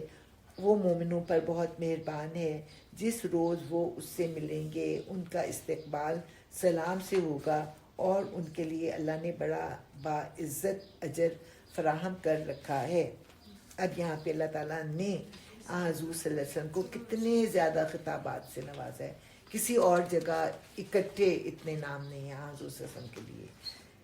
اے نبی، سب سے پہلے تو ہو گیا اے نبی، ہم نے تمہیں بھیجا ہے گواہ بنا کر، بشارت دینے والا، ڈرانے والا، اللہ کی اجازت سے اس کی طرف دعوت دینے والا، اور روشن چراغ بنا کر۔ 7 خطابات دیے اللہ تعالیٰ نے حضور صلی اللہ علیہ وسلم کو ایک ہی آیت میں۔ بشارت دے دو ان لوگوں کو جو تم پر ایمان لائے ہیں کہ ان کے لیے اللہ کی طرف سے بڑا فضل ہے، اور ہرگز نہ دبو کافر اور منافقین سے، کوئی پرواہ نہ کرو ان کی اذیت رسانی کی، اور بھروسہ کر لو اللہ پر، اللہ ہی اس کے لیے کافی ہے کہ آدمی اپنے معاملات اس کے سپرد کر دے۔ یہاں پہ بھی در پردہ جو ہے حضور صلی اللہ علیہ وسلم کو حوصلہ دیا جا رہا ہے کہ اس معاملے کا بہت جو ہے چرچا کیا جائے گا، لیکن آپ نے ان کی پرواہ نہیں کرنی۔ اے لوگوں جو ایمان لائے ہو، جب تم مومن عورتوں سے نکاح کرو اور پھر انہیں ہاتھ لگانے سے پہلے طلاق دے دو، تو تمہاری طرف سے ان پر کوئی عدت لازم نہیں ہے جس کے پورے ہونے کا تم مطالبہ کر سکو، لہٰذا انہیں کچھ مال دو اور بھلے طریقے سے رخصت کر دو۔ اے نبی صلی اللہ علیہ وسلم، ہم نے تمہارے لیے حلال کر دی تمہاری وہ بیویاں جن کے مہر تم نے ادا کیے ہیں، یعنی شادی کے لیے مہر جو ہے ایک لازمی چیز ہے، اور وہ عورتیں جو اللہ کی عطا کردہ لونڈیوں میں سے تمہاری ملکیت میں آئیں، اور تمہاری وہ چچا زاد اور پھوپھی زاد اور ماموں زاد اور خالہ زاد بہنیں جنہوں نے تمہارے ساتھ ہجرت کی ہے، اور وہ مومن عورت جس نے اپنے آپ کو نبی کے لیے ہبہ کیا ہو اگر نبی اسے نکاح میں لینا چاہے. یعنی کہ خاتون آئیں, اس نے کہا کہ میں بغیر مہر کے آپ سے نکاح کرنا چاہتی ہوں, تو مطلب اپنے آپ کو ہبہ کرنا چاہتی ہوں. حضور نے اس کو دیکھا, پھر اپنے لیے ان کو پسند نہیں کیا, پھر ان سے نکاح نہیں کیا, لیکن حضور کو اجازت دی کہ اگر کوئی بغیر مہر کے نکاح کرنا چاہے تو وہ آپ کے لیے رخصت ہے, اوروں کے لیے نہیں. ہاں اب آگے نا, یہ رعایت خالصتاً تمہارے لیے ہے, دوسرے مومنوں کے لیے نہیں ہے. ہم کو معلوم ہے کہ عام مومنوں پر ان کی بیویوں اور لونڈیوں کے بارے میں ہم نے کیا حدود عائد کیے ہیں. تمہیں ان حدود سے ہم نے اس لیے مستثنا کیا ہے تاکہ تمہارے اوپر کوئی تنگی نہ رہے, اور اللہ غفور اور رحیم ہے. اختیار دیا جاتا ہے کہ اپنی بیویوں میں سے جس کو چاہو اپنے سے الگ رکھو, جسے چاہو اپنے ساتھ رکھو, جسے چاہو الگ رکھنے کے بعد اپنے پاس بلا لو. اس معاملے میں تم پر کوئی مذائقہ نہیں. یعنی کہ عام مومنوں کے لیے کیا ہے کہ عدل کرنا ہے, ہر ایک کے لیے ہر چیز ایک جیسی جو ہے ایک مقدار میں دینی ہے, لیکن حضور کے اوپر اتنی سختی نہیں تھی. اس طرح زیادہ متوقع ہے کہ ان کی آنکھیں ٹھنڈی رہیں گی, ان خواتین کی آنکھیں ٹھنڈی رہیں گی اور وہ رنجیدہ نہ ہوں گی, اور جو کچھ بھی تم ان کو دو گے اس پر وہ سب راضی رہیں گی. اللہ جانتا ہے جو کچھ تم لوگوں کے دلوں میں ہے, اور اللہ علیم و حکیم ہے. علیمن حکیم, علیمن حلیم, ہاں علم والا اور حلم والا ہے. اس کے بعد تمہارے لیے دوسری عورتیں حلال نہیں ہیں, اور نہ اس کی اجازت ہے کہ ان کی جگہ اور بیویاں لے آؤ, خواہ ان کا حسن تمہیں کتنا ہی پسند ہو. البتہ لونڈیوں کی تمہیں اجازت ہے, اللہ ہر چیز پر نگران ہے. اچھا, اب یہ جو ہے سوال اکثر نان مسلمس تو بہت زیادہ اٹھاتے ہیں کہ 9 بیویاں ایک وقت میں, اس کی بہت ساری مصلحتیں تھیں, اور یہ بھی نہیں. اب یہاں پہ اللہ تعالیٰ نے پابندی بھی لگائی ہے نا, عام لوگوں پہ تو پابندی نہیں ہے کہ تم اپنی بیویوں کو طلاق نہ دو, تو عام طور پہ یہی کرتے ہیں نا, 4 بیویاں رکھی, پھر کوئی اور پسند آ گئی, پہلی 4 میں سے کسی کو طلاق دی, کسی اور سے شادی کر دی. لیکن اب جتنی عورتیں آپ کے نکاح میں تھیں ان میں اب کوئی اضافہ نہیں ہو سکتا, نہ کسی کو طلاق دی جا سکتی ہے, کیونکہ طلاق کے بعد وہ کیا کریں گی, کیونکہ امہات المومنین کا سٹیٹس ہے ان کا, وہ کسی اور سے نکاح تو نہیں کر سکتی, اس لیے لازم تھا کہ وہ آپ کے نکاح ہی میں رہیں. اب سوال یہ پیدا ہوتا ہے, یہ پیش کیا جاتا ہے کہ وہ ان کا تو بہت زیادہ ڈیمانڈ تھی, ان کی سیکچول ڈیزائر جو تھی وہ بہت زیادہ تھی. تو جب ہم آپ کی زندگی کو دیکھتے ہیں, پہلی بات تو یہ دیکھتے ہیں کہ آپ کی زندگی میں کسی نے آپ کے اوپر یہ الزام نہیں لگایا. پہلی بات یہ, وہاں پہ بڑا کھلا کلچر تھا, 25 سال تک آپ نے شادی نہیں کی, لیکن کہیں کوئی ایسی بات نہیں ملتی کہ شادی سے پہلے آپ کی دوستی فلاں فلاں کے ساتھ تھی.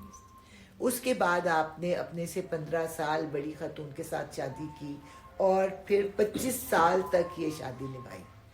اس دوران میں کوئی اور شادی نہیں کی, اور کسی نے آپ پر پھر بھی کوئی انگلی نہیں اٹھائی, ورنہ جب وہ نبی بنے تھے اس کے بعد تو اٹھائی جا سکتی تھی نا. اور برائیاں نکالتے نکالتے اس برائی کے اوپر بھی جو ہے لوگ انگلیاں اٹھاتے, لیکن کسی نے انگلی نہیں اٹھائی. پھر جب حضرت خدیجہ فوت ہو گئیں اور آپ بہت زیادہ اداس رہنے لگے, تو حضرت ابو بکر نے حضرت سودا کے ساتھ آپ کا نکاح جو تھا وہ کرایا, اور کئی سال تک وہ پھر نکاح رہا. اس کے بعد ایسے حالات و واقعات ہوئے کہ آپ کو زیادہ شادیاں کرنی پڑیں. کس وجہ سے؟ دین کو پھیلانے کے لیے. عربوں کا ایک کلچر تھا کہ جہاں وہ اپنی بیٹی دے دیتے تھے پھر وہ انہی کے ہو جاتے تھے, اس لیے بہت سی شادیاں ایسی ہوئیں جن میں کہ جب ان سے شادی کی گئی تو قبیلے کے قبیلے مسلمان ہو گئے, اور اگر مسلمان نہیں بھی ہوئے تب بھی ان کی دشمنی ختم ہو گئی, اور کم از کم ان کی سپورٹ جو تھی وہ آج اس سب کو حاصل ہو گئی. جیسے کہ حضرت جویریہ کا پورا قبیلہ جو تھا وہ اسلام لے آیا. اسی طرح پھر یہ تھا کہ بہت ساری وہ جنگ احد میں بہت ساری خواتین جب بیوہ ہوئیں تو ان کو آباد کرنے کی بھی ضرورت تھی, ورنہ وہ کہاں پہ جاتے. تو اس طرح سے آپ کو بھی شادیاں جو تھیں کرنی پڑیں. تو اس میں آپ کی دین کو پھیلانے کی جو اہمیت تھی وہ زیادہ تھی, اور ویسے جو تھی وہ ان کی ڈیزائر نہیں تھی. مطلب میں اس وقت ڈیزائر کے پوائنٹ آف ویو سے بات کر رہی ہوں کہ اگر ڈیزائر ہوتی تو وہ تو پھر 54 ایئرس تک تو انہوں نے پاکیزہ زندگی گزاری. 54 ایئرس کے بعد ان کے اوپر اگلے 9 سال کے لیے ایسی دیوانگی طاری ہو گئی کہ وہ شادیوں پہ شادیاں کرتے گئے. تو یہ شادیاں انہوں نے اسی زمانے میں کی 54 کے بعد, اور اس کے بعد اللہ تعالیٰ نے اس کی بھی لمٹ لگا دی کہ اب آپ کسی کو طلاق نہیں دیں گے اور ان میں کوئی اضافہ نہیں کریں گے, بلکہ یہاں پہ ہے اس کے بعد تمہارے لیے دوسری عورتیں حلال نہیں ہیں, نہ اس کی اجازت ہے کہ ان کی جگہ اور بیویاں لے آؤ, خواہ ان کا حسن تمہیں کتنا ہی پسند ہو. البتہ لونڈیوں کی تمہیں اجازت ہے, اللہ ہر چیز پر نگران ہے. اے لوگو جو نبی پر ایمان لائے ہو, نبی کے گھروں میں بلا اجازت نہ چلے آیا کرو, نہ کھانے کا وقت تاکتے رہو. ہاں, اگر تمہیں کھانے پر بلایا جائے تو ضرور آؤ, مگر جب کھانا کھا لو تو منتشر ہو جاؤ, باتیں کرنے میں نہ لگے رہو. تمہاری یہ حرکتیں نبی کو تکلیف دیتی ہیں, مگر وہ شرم کی وجہ سے کچھ نہیں کہتے. ہوا یہ تھا کہ جب حضور صلی اللہ علیہ وسلم سے کا نکاح حضرت زینب سے ہوا, حضور صلی اللہ علیہ وسلم نے دعوت ولیمہ کی, لوگوں کو کھانا کھلا دیا, اور اس کے بعد جو تھا لوگ بیٹھے ہوئے گپ شپ کر رہے ہیں. آپ تنگ تو ہوئے, لیکن اٹھ کے عصر کے بعد وہ سب بیویوں سے ملنے جایا کرتے تھے, ان سے مل کے واپس بھی آ گئے. تو تب بھی وہ لوگ بیٹھے ہوئے تھے, تو ان میں تو اتنی مروت تھی کہ انہوں نے کوئی ان کو نیگیٹو بات نہیں کہی, لیکن اللہ تعالیٰ نے اس معاملے کو اپنے ہاتھ میں لیا اور حد مقرر کر دی کہ جب تمہیں کھانے کے لیے بلایا جائے تب آؤ, اور جب کھانا کھا لو تو پھر منتشر ہو جاؤ. اللہ حق. اچھا, تمہاری یہ حرکتیں نبی کو تکلیف دیتی ہیں, مگر وہ شرم کی وجہ سے کچھ نہیں کہتے, اور اللہ حق بات کہنے میں نہیں شرماتا. نبی کی بیویوں سے اگر تمہیں کچھ مانگنا ہو تو پردے کے پیچھے سے مانگو, یہ تمہارے اور ان کے دلوں کی پاکیزگی کے لیے زیادہ مناسب طریقہ ہے. تمہارے لیے ہرگز جائز نہیں کہ اللہ کے رسول کو تکلیف دو, اور نہ یہ جائز ہے کہ ان کے بعد ان کی بیویوں سے نکاح کرو, یہ اللہ کے نزدیک بہت بڑا گناہ ہے. تم خواہ کوئی بات ظاہر کرو یا چھپاؤ, اللہ کو ہر بات کا علم ہے. ازدواج نبی کے لیے اس میں کوئی مذائقہ نہیں ہے کہ ان کے باپ, ان کے بیٹے, ان کے بھائی, ان کے بھتیجے, ان کے بانجے, اور ان کے میل جول کی عورتیں, اور ان کے مملوک یعنی کہ غلام گھروں میں آئیں. اے عورتوں, تمہیں اللہ کی نافرمانی سے پرہیز کرنا چاہیے, اللہ ہر چیز پر نگاہ رکھتا ہے. اب آگے یہ آیت جس کے متعلق مجھے تھوڑی سی غلط فہمی ہوئی تھی. اللہ اور اس کے ملائکہ نبی پر درود بھیجتے ہیں. اے لوگو جو ایمان لائے ہو, تم بھی ان پر درود و سلام بھیجو. جو لوگ اللہ اور اس کے رسول کو اذیت دیتے ہیں ان پر دنیا اور آخرت میں اللہ نے لعنت فرمائی ہے, ان کے لیے رسوا کن عذاب مہیا کر دیا ہے. اور جو لوگ مومن مردوں اور عورتوں کو بے قصور اذیت دیتے ہیں انہوں نے ایک بڑے بہتان اور سری گناہ کا وبال اپنے سر لے لیا ہے.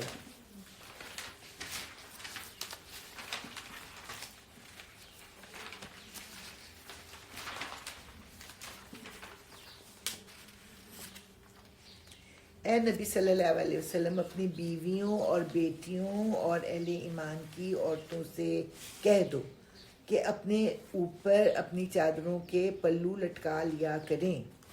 اب یہ جو اعتراض کرنے والے ہوتے ہیں وہ کہتے ہیں وہ تو اس زمانے کے لیے حکم تھا, آج کے زمانے کے لیے نہیں ہے. یہ زیادہ مناسب طریقہ ہے تاکہ وہ پہچان لی جائیں اور نہ ستائی جائیں. اللہ غفور اور رحیم ہے. اگر منافقین اور وہ لوگ جن کے دلوں میں خرابی ہے اور وہ جو مدینہ میں ہیجان انگیز افواہیں پھیلانے والے ہیں اپنی حرکتوں سے باز نہ آئے تو ہم ان کے خلاف کارروائی کرنے کے لیے تمہیں اٹھا کھڑا کریں گے, پھر وہ اس شہر میں مشکل ہی سے تمہارے ساتھ رہ سکیں گے.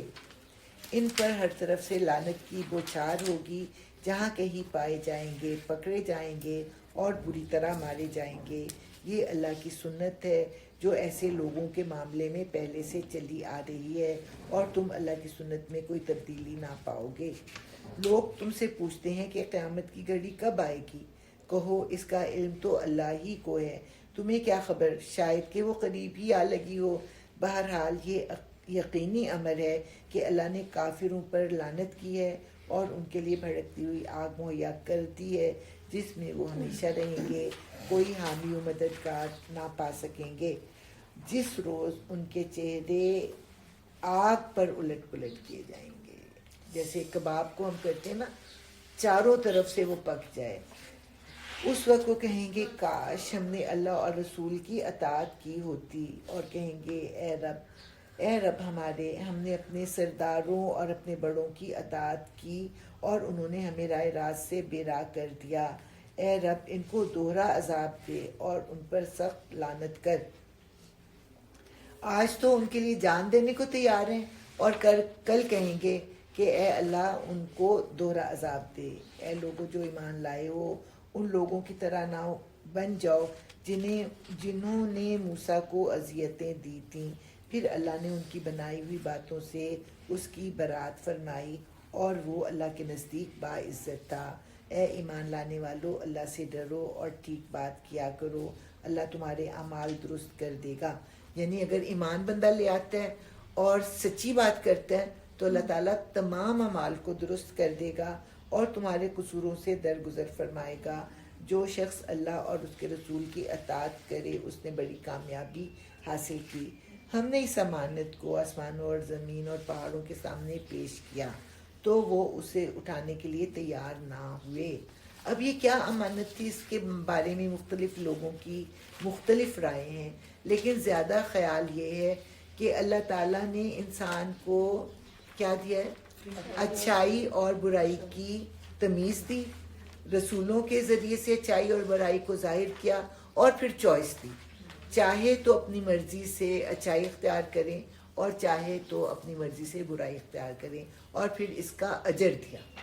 تو انسان نے اپنی بیوقوفی سے اس ذمہ داری کو اٹھا لیا۔ ہم نے اس امانت کو آسمانوں اور زمین اور پہاڑوں کے سامنے پیش کیا تو وہ اسے اٹھانے کے لیے تیار نہ ہوئے اور اس سے ڈر گئے، مگر انسان نے اسے اٹھا لیا، بے شک وہ بڑا ظالم اور جاہل ہے۔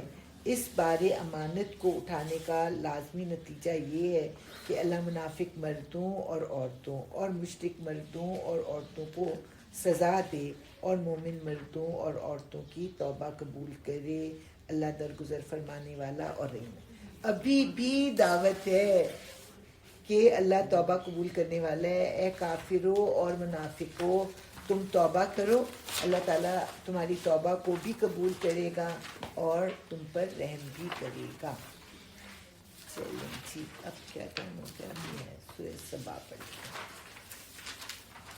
آج جب میں سورہ سبا کی تیاری کر رہی تھی تو مجھے قرآن میں 4 جگہ جو ہے نا وہ یمن کے علاقے کا ذکر آیا ہے۔ سب سے پہلے ابرہا کہاں سے آیا تھا؟ یمن سے ہی آیا تھا نا۔ آج بھی یمن میں وہ جگہ موجود ہے جس کے اوپر لوگ جا کے گندگی کرتے ہیں۔ اس کے بعد سورہ سبا میں جو ہے وہ سبا کے علاقے کا، یمن کے علاقے کا ذکر آئے گا کہ دنیا میں سب سے پہلے آبپاشی کا نظام جو تھا ان لوگوں نے شروع کیا تھا، اور پھر ان کی نافرمانی سے اللہ تعالیٰ نے اس کو پھر برباد کر دیا تھا۔ تیسرا پھر ابھی ہم نے پڑھی ہے ملکہ سبا کی کہانی، ملکہ بلقیس، وہ بھی سبا کے علاقے کی ملکہ تھی نا۔ سبا کا علاقہ جو ہے وہ بہت، یعنی ایک سپر پاور تھا، اور اس کے بعد پھر حضور صلی اللہ علیہ وسلم کی زندگی میں یمن کے علاقے سے نجران کا جو علاقہ تھا وہاں سے جو تھا عیسائیوں کا ایک وفد آیا تھا، اور وہاں پہ وہ کرسچینٹی کا مرکز تھا۔ تو 4 جگہ پہ جو ہے ہمیں ذکر ملتا ہے۔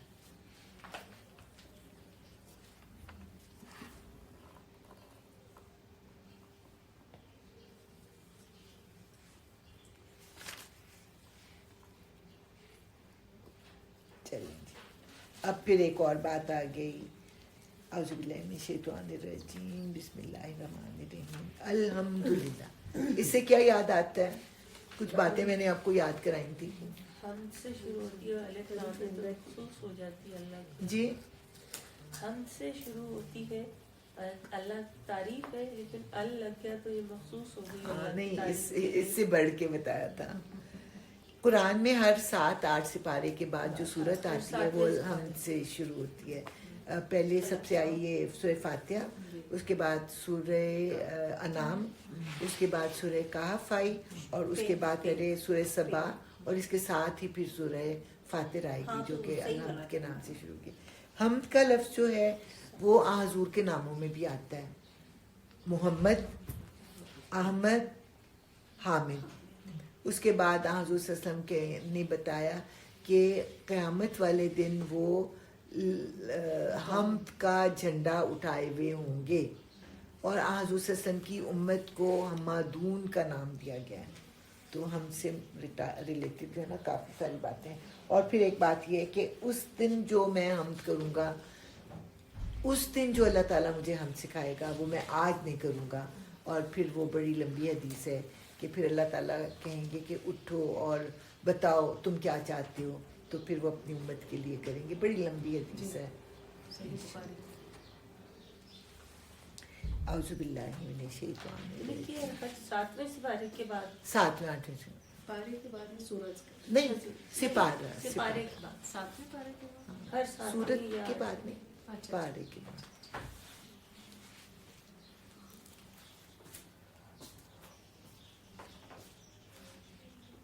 چلیں جی. حمد اس خدا کے لیے ہے جو آسمانوں اور زمین کی ہر چیز کا مالک ہے، اور آخرت میں بھی اسی کے لیے حمد ہے. وہ دانا اور باخبر ہے، جو کچھ زمین میں جاتا ہے اور جو کچھ اس سے نکلتا ہے، اور جو کچھ آسمانوں سے اترتا ہے اور جو کچھ اس میں چڑھتا ہے، ہر چیز کو وہ جانتا ہے. وہ رحیم اور غفور ہے. چڑھتا کیا ہے؟ دعائیں چڑھتی ہیں، اعمال پیش کیے جاتے ہیں. اور اس کے علاوہ اترتا کیا ہے؟ بارش اترتی ہے، فرشتے اترتے ہیں، رحمتیں اترتی ہیں، احکامات اترتے ہیں. جی ہاں، بلائیں بھی اترتی ہیں. یس. منکرین کہتے ہیں کیا بات ہے کہ قیامت ہم پر نہیں آ رہی. ساعہ کا لفظ ہے یہاں پہ. ساعہ اور قیامت کو ہم جو لوگ ہیں نا مکس اپ کر دیتے ہیں. ساعہ ہے وہ ٹوٹ پھوٹ کا وقت، جس کو عام طور پہ ہم قیامت کہتے ہیں. قیامت ہمارے ذہن میں کیا ہے کہ زلزلے آئیں گے اور ٹوٹ پھوٹ، وہ نہیں ہے قیامت، وہ ساعہ ہے. قیامت کھڑے ہونے کا دن ہے، جس دن حساب کتاب کے لیے ہم کھڑے ہوں گے. تو یہ کہتے ہیں ساعہ کب آئے گی، یعنی کہ وہ ٹوٹ پھوٹ کا دن کب آئے گا. کلیئر ہو گیا؟ قیامت کیا ہے؟ کھڑے ہونے کا دن، قبروں سے نکل کر حساب کتاب کے لیے کھڑے ہونے کا دن. اور ساتھ ہے کائنات کے درہم برہم ہونے کا دن. منکرین کہتے ہیں کیا بات ہے کہ قیامت ہم پر نہیں آ رہی ہے. کہو قسم ہے میرے عالم غیب پروردگار کی، وہ تم پر آ کر رہے گی. اس سے ذرا برابر کوئی چیز نہ آسمانوں میں چھپی ہے نہ زمین میں، نہ ذرے سے بڑی اور نہ اس سے چھوٹی. سب کچھ ایک نمایاں دفتر میں درج ہے. اور یہ قیامت اس لیے آئے گی کہ جزا دے اللہ ان لوگوں کو جو ایمان لائے اور نیک عمل کرتے رہے. ان کے لیے مغفرت ہے اور رزق کریم. پیچھے ہم نے امانت کا ذکر پڑھا نا، تو اب اس کی تفصیل بیان کی جا رہی ہے.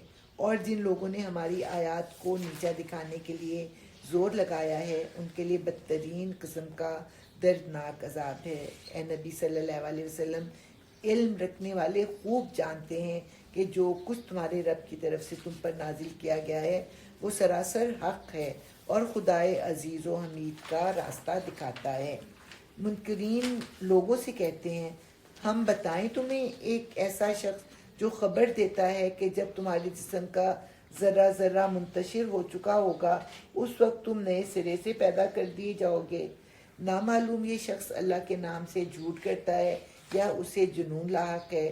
نہیں، بلکہ جو لوگ آخرت کو نہیں مانتے وہ عذاب میں مبتلا ہونے والے ہیں. اور وہی پوری طرح بہکے ہوئے ہیں. کیا انہوں نے کبھی اس آسمان و زمین کو نہیں دیکھا جو انہیں آگے اور پیچھے سے گھیرے ہوئے ہے؟ ہم چاہیں تو انہیں زمین میں دھسا دیں یا آسمان کے کچھ ٹکڑے ان پر گرا دیں. در حقیقت اس میں ایک نشانی ہے ہر اس بندے کے لیے جو خدا کی طرف رجوع کرنے والا ہو. ہم نے داؤد کو اپنے ہاتھ سے بڑا فضل عطا کیا تھا. ہم نے حکم دیا تھا کہ اے پہاڑوں اس کے ساتھ ہم آہنگی کرو، اور یہی حکم ہم نے پرندوں کو دیا. ہم نے لوہے کو اس کے لیے نرم کر دیا، اس ہدایت کے ساتھ کے ذریعے بنا اور ان کے حلقے ٹھیک اندازے پر رکھ. اے آل داؤد نیک عمل کرو، جو کچھ تم کرتے ہو اس کو میں دیکھ رہا ہوں. اور سلیمان کے لیے ہم نے ہوا کو مسخر کر دیا، صبح کے وقت اس کا چلنا 1 مہینے کی رات تک اور شام کے وقت اس کا چلنا 1 مہینے کی رات تک. ہم نے اس کے لیے پگھلے ہوئے تانبے کا چشمہ بہا دیا اور ایسے جن اس کے تابع کر دیے جو اپنے رب کے حکم سے اس کے آگے کام کرتے تھے. ان میں سے جو ہمارے حکم سے سرتابی کرتا اس کو ہم بھڑکتی ہوئی آگ کا مزہ چکھاتے. وہ اس کے لیے بناتے تھے جو کچھ وہ چاہتا تھا، اونچی عمارتیں، تصویریں، بڑے بڑے ہالز جیسے لگن اور اپنی جگہ سے نہ ہٹنے والی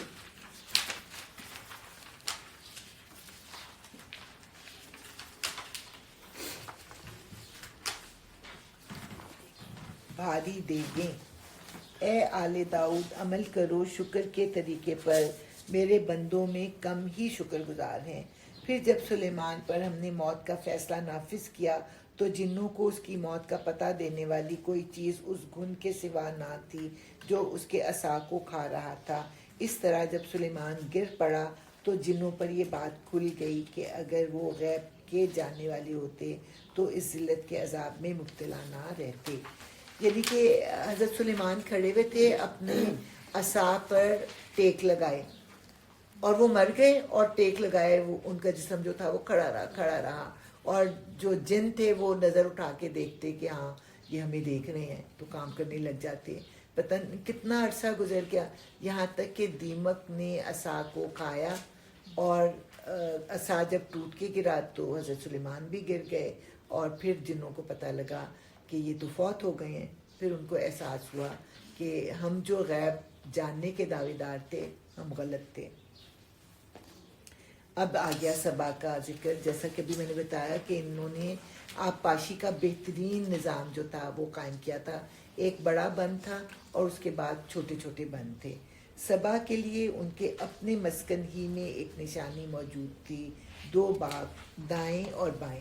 یعنی جس طرف دیکھتے دائیں طرف تو باغی باغ، بائیں طرف دیکھتے تو باغی باغ. کھاؤ اپنے رب کا دیا ہوا رزق اور شکر بجا لاؤ اس کا. ملک ہے عمدہ اور پاکیزہ اور پروردگار ہے بخشش فرمانے والا. یہ 4 لفظیں بہت ہی مجھے اچھے لگتے ہیں. بلدتن طیبۃ ورب غفور. مگر وہ موڑ گئے، آخر کار ہم نے ان پر بند توڑ سیلاب بھیج دیا. یعنی کہ ان کا جو سب سے بڑا بند تھا وہ ٹوٹا، اور اس سیلاب نے ان کے باقی نظام کو بھی تباہ و برباد کر دیا. اور ان کے پچھلے 2 باغوں کی جگہ 2 اور باغ انہیں دیے جن میں کڑوے کسیلے پھل اور جھاؤ کے درخت تھے اور کچھ تھوڑی سی بیریاں. یہ تھا ان کے کفر کا بدلہ جو ہم نے ان کو دیا، اور ناشکر انسان کے سوا ایسا بدلہ ہم اور کسی کو نہیں دیتے. اور ہم نے ان کے اور ان کی بستیوں کے درمیان جن کو ہم نے برکت عطا کی تھی، یعنی کس کا ذکر ہو رہا ہے؟ ان کی بستیاں اور فلسطین. ٹھیک ہے، یہ ایک ٹریڈ روٹ پر تھے. یہاں پر چائنا سے سامان آتا تھا، چائنا اور انڈیا اور ادھر ادھر سے، اور یمن میں آ کے اترتا. پھر یہاں سے اونٹوں اور گھوڑوں پر لاد کے پورا عربین پیننسولا گزار کر جاتا تھا ادھر فلسطین کے علاقے تک. اور ادھر سے یورپ کا جو سامان تھا وہ اسی طرح آتا، یہاں پہ اترتا، اور یہاں سے پھر وہ چائنا وغیرہ کی طرف بھیجا جاتا.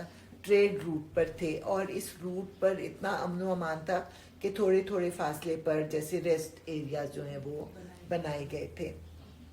ریورس میں کیسے آتا تھا؟ جی ریورس میں کیسے آتا تھا؟ پہلے فلسطین میں آتا تھا. ہاں یورپ سے پیلسٹائن میں آتا تھا نا, شام کے علاقے سے, شام سے پھر جو ہے وہ عربین پیننسولا سے گزر کے پھر یہ یمن میں آتا تھا. ہم نے ان کے اور ان کی بستیوں کے درمیان جن کو ہم نے برکت عطا کی تھی نمایاں بستیاں بسا دی تھیں اور ان میں سفر کی مسافتیں ایک اندازے پر رکھ دی تھیں. چلو پھرو ان راستوں میں رات دن پورے امن کے ساتھ. مگر انہوں نے کہا اے ہمارے رب ہمارے سفر کی مسافتیں لمبی کر دے. کہ کوئی ایڈونچر ہی نہیں ہے, امن امان ہے, کوئی مزہ ہی نہیں آتا. تو ان کی اس ناشکری کی وجہ سے انہوں نے اپنے اوپر آپ ظلم کیا. آخر کار ہم نے انہیں افسانہ بنا کر رکھ دیا اور انہیں بالکل تتر بتر کر ڈالا. کہاں اتنے کئی 100 سال تک وہ ایک سپر پاور تھی, اور پھر جب انہوں نے اللہ تعالیٰ کو ناراض کیا تو اللہ تعالیٰ نے ان کا نام و نشان تک مٹا دیا. انہوں نے اچھا یقیناً اس میں نشانیاں ہیں ہر اس شخص کے لیے جو بڑا صابر و شاکر ہو. ان کے معاملے میں ابلیس نے اپنا گمان صحیح پایا اور انہوں نے اسی کی پیروی کی.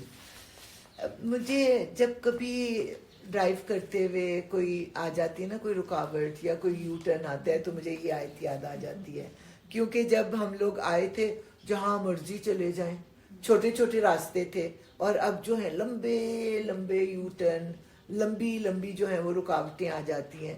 کہاں سے کہاں ہمیں گزر کے تو اپنے جگہ پہ جانا پڑتا ہے. جو لوگ کچھ عرصے سے رہ رہے ہیں نا ان کو اندازہ ہے, نئے آنے والوں کو نہیں ہوگا.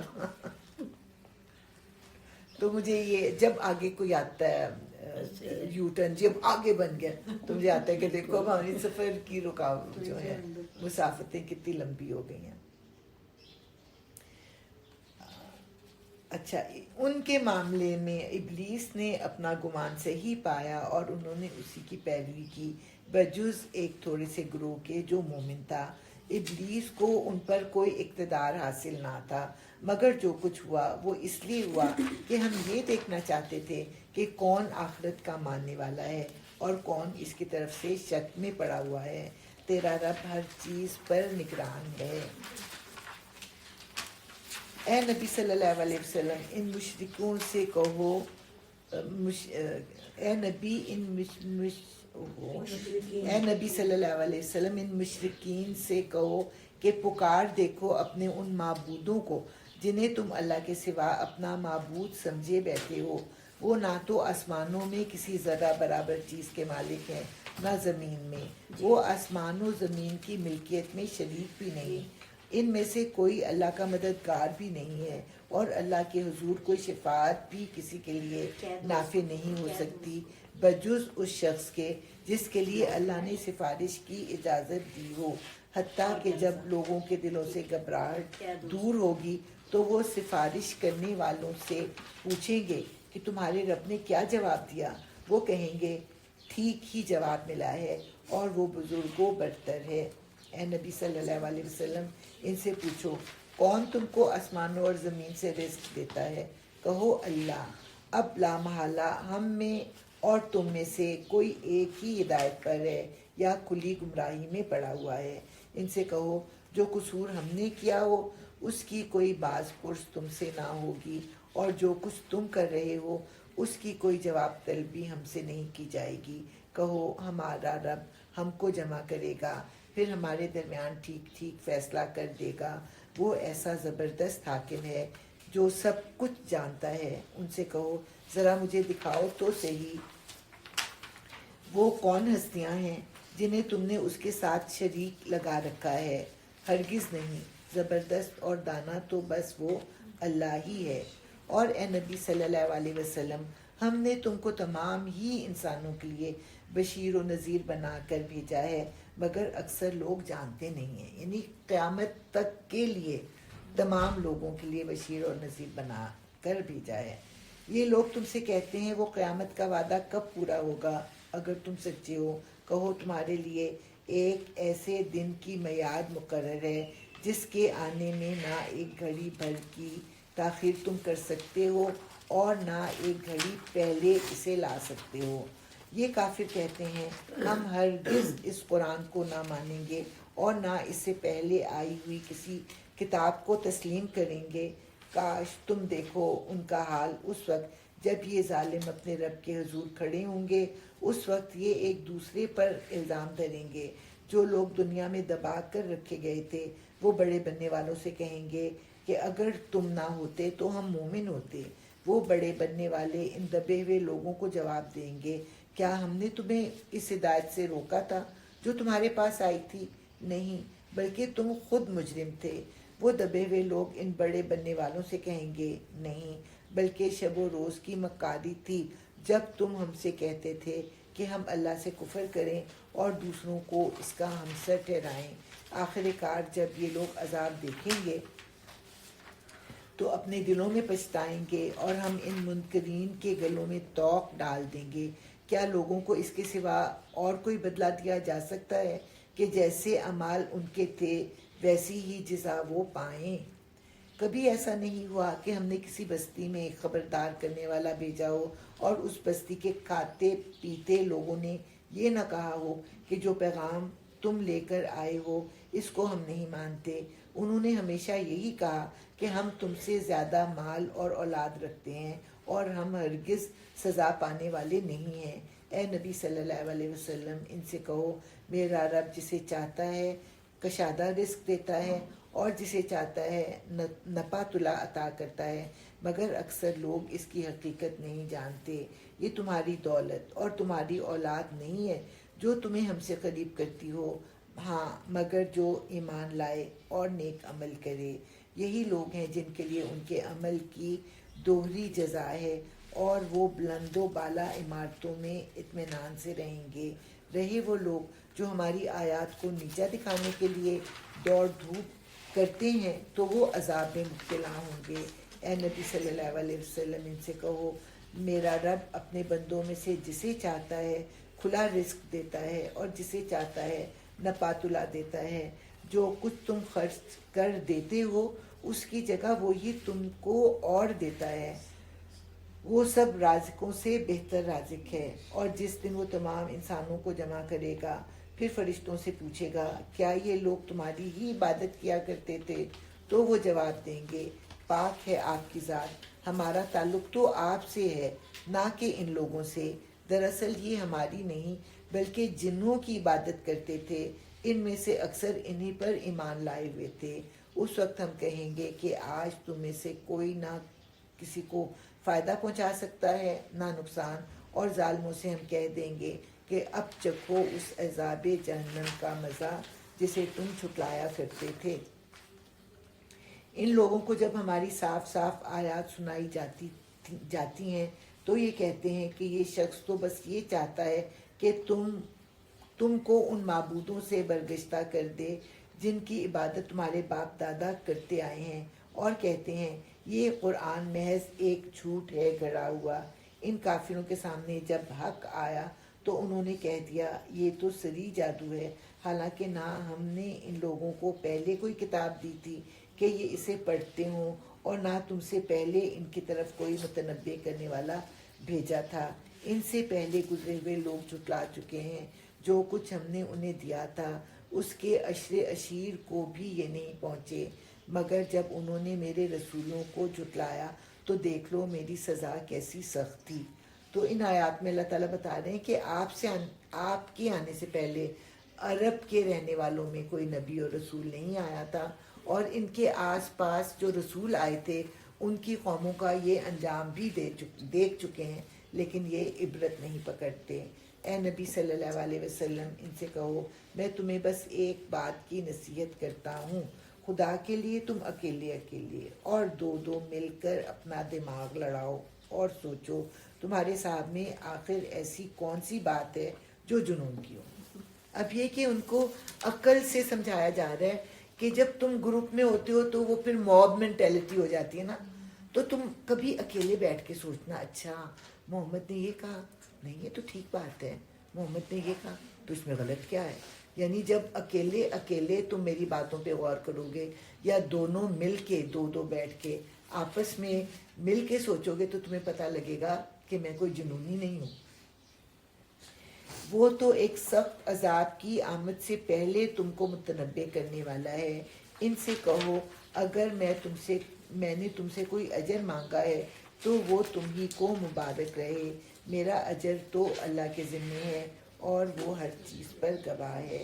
ان سے کہو میرا رب مجھ پر حق کا القاء کرتا ہے اور وہ تمام پوشیدہ حقیقتوں کا جاننے والا ہے. کہو حق آ گیا ہے اور اب باطل کے کیے کچھ نہیں ہو سکتا. کہو اگر میں گمراہ ہو گیا ہوں تو میری گمراہی کا وبال مجھ پر ہے اور اگر میں ہدایت پر ہوں تو اس وحی کی بنا پر ہوں جو میرا رب میرے اوپر نازل کرتا ہے.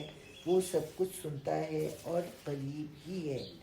کاش تم دیکھو انہیں اس وقت جب یہ لوگ گھبرائے پھر رہے ہوں گے اور کہیں بچ کر نہ جا سکیں گے بلکہ قریب ہی سے پکڑ لیے جائیں گے. اس وقت یہ کہیں گے ہم اس پر ایمان لے آئے حالانکہ اب دور نکلی ہوئی چیز کہاں ہاتھ آ سکتی ہے. یعنی کہ ان کی زندگی جس میں کہ ان کو عمل کی مہلت دی گئی تھی اب وہ کہاں واپس آ سکتی ہے. اس سے پہلے یہ کفر کر چکے تھے اور بلا تحقیق دور دور کی کوڑیاں لایا کرتے تھے. اس وقت جس چیز کی یہ تمنا کر رہے ہوں گے اس سے محروم کر دیے جائیں گے جس طرح ان کے پیش رو ہم مشرب محروم ہو چکے ہوں گے. یہ بڑے گمراہ کن شک میں پڑے ہوئے تھے. الحمدللہ میرا کافی اب نئی شروع نہیں کرتے ہیں. ابھی اگلی جو ہے یہ پھر الحمد سے شروع ہو رہی ہے. ہاں یہ دونوں اکٹھی آئیں گی. یہ دونوں اکٹھی ہیں. ہاں یہ جوڑا ہے نا تو یہ اکٹھی آئیں گی. چلیں جی اللہ تعالیٰ ہمارا آنا قبول فرمائے اور اس کا اجر ہمیں بڑھا چڑھا کے عطا فرمائے. یا اللہ پاک ہمیں اور ہماری اولادوں کو قرآن کو پڑھنے والا سمجھنے والا اس پر عمل کرنے والا اسے دوسروں تک پہنچانے والا بنا دے. یا اللہ ہماری اولادوں کو نیک بنا نیک نصیب بنا ان کو نیک صحبت اور نیک دور عطا فرما. ان کا انجام صالحین کے ساتھ کرنا انہیں ہمارے لیے صدقہ جاریہ بنا دے. ہمیں اپنے ماں باپ کے لیے صدقہ جاریہ بنا دے. یا اللہ پاک تمام بیماروں کو مکمل سے زندگی اور تندرستی عطا فرما دے اور ان کی تکلیفوں اور بیماریوں کو دور فرما دے. یا اللہ پاک ہم سب کی دلی مرادیں پوری فرما دے. ہم سب کی مشکلیں اور پریشانیاں دور فرما دے. ہم سب پر اپنی رحمتیں اور برکتیں اور عنایتیں اور عافیت اور سلامتی اور محبتیں نازل فرما دے. یا اللہ پاک خاص کر ہماری بہن عالیہ کے گھر پر اپنی خصوصی نعمتیں اور رحمتیں اور برکتیں اور عافیت کا اہتمام کیا. یا اللہ ہمارے گھر والوں کو بھی اپنے حفظ و امان میں رکھنا عافیت اور سلامتی کے ساتھ رکھنا. یا اللہ پاک ہمارے جو بزرگ اس دنیا میں نہیں رہے ان سب کی ہماری ہمارے ماں باپ ہماری اولادوں ہمارے استادوں کی مغفرت فرما دے اور ان تمام مومن مسلمانوں کی مغفرت فرما دے جو اس دنیا میں نہیں رہے اور ہم سب کو جنت الفردوس میں اعلیٰ ترین درجات عطا فرما دے. یا اللہ ہر وہ بھلائی عطا فرما دے محمد صلی اللہ علیہ وسلم نے تجھ سے مانگی اور ہر اس شر سے بچا جس شر سے محمد صلی اللہ علیہ وسلم نے پناہ مانگی. یا اللہ پاک ہم پہ اپنا فضل فرما ہمیں اپنے کو امان میں لے. یا اللہ پاک ہماری مدد فرما دے. میری تمام دعاؤں کو تمام محمد کے لیے قبول فرما لی اور ہمارے ایمان جان مال اور آخرت کی حفاظت فرما دے. ربنا تقبل منا انک انت السمیع العلیم وتب علینا انک انت التواب الرحیم. سبحان ربک رب العزت عما یصفون وسلام علی المرسلین والحمد للہ رب العالمین. آمین. اللہم صلی علی محمد وعلی آل محمد. اوکے جی اللہ حافظ. کل ملیں گے انشاءاللہ. کل نہیں منڈے کو ملیں گے. کل چھٹی ہے. اوکے اللہ حافظ.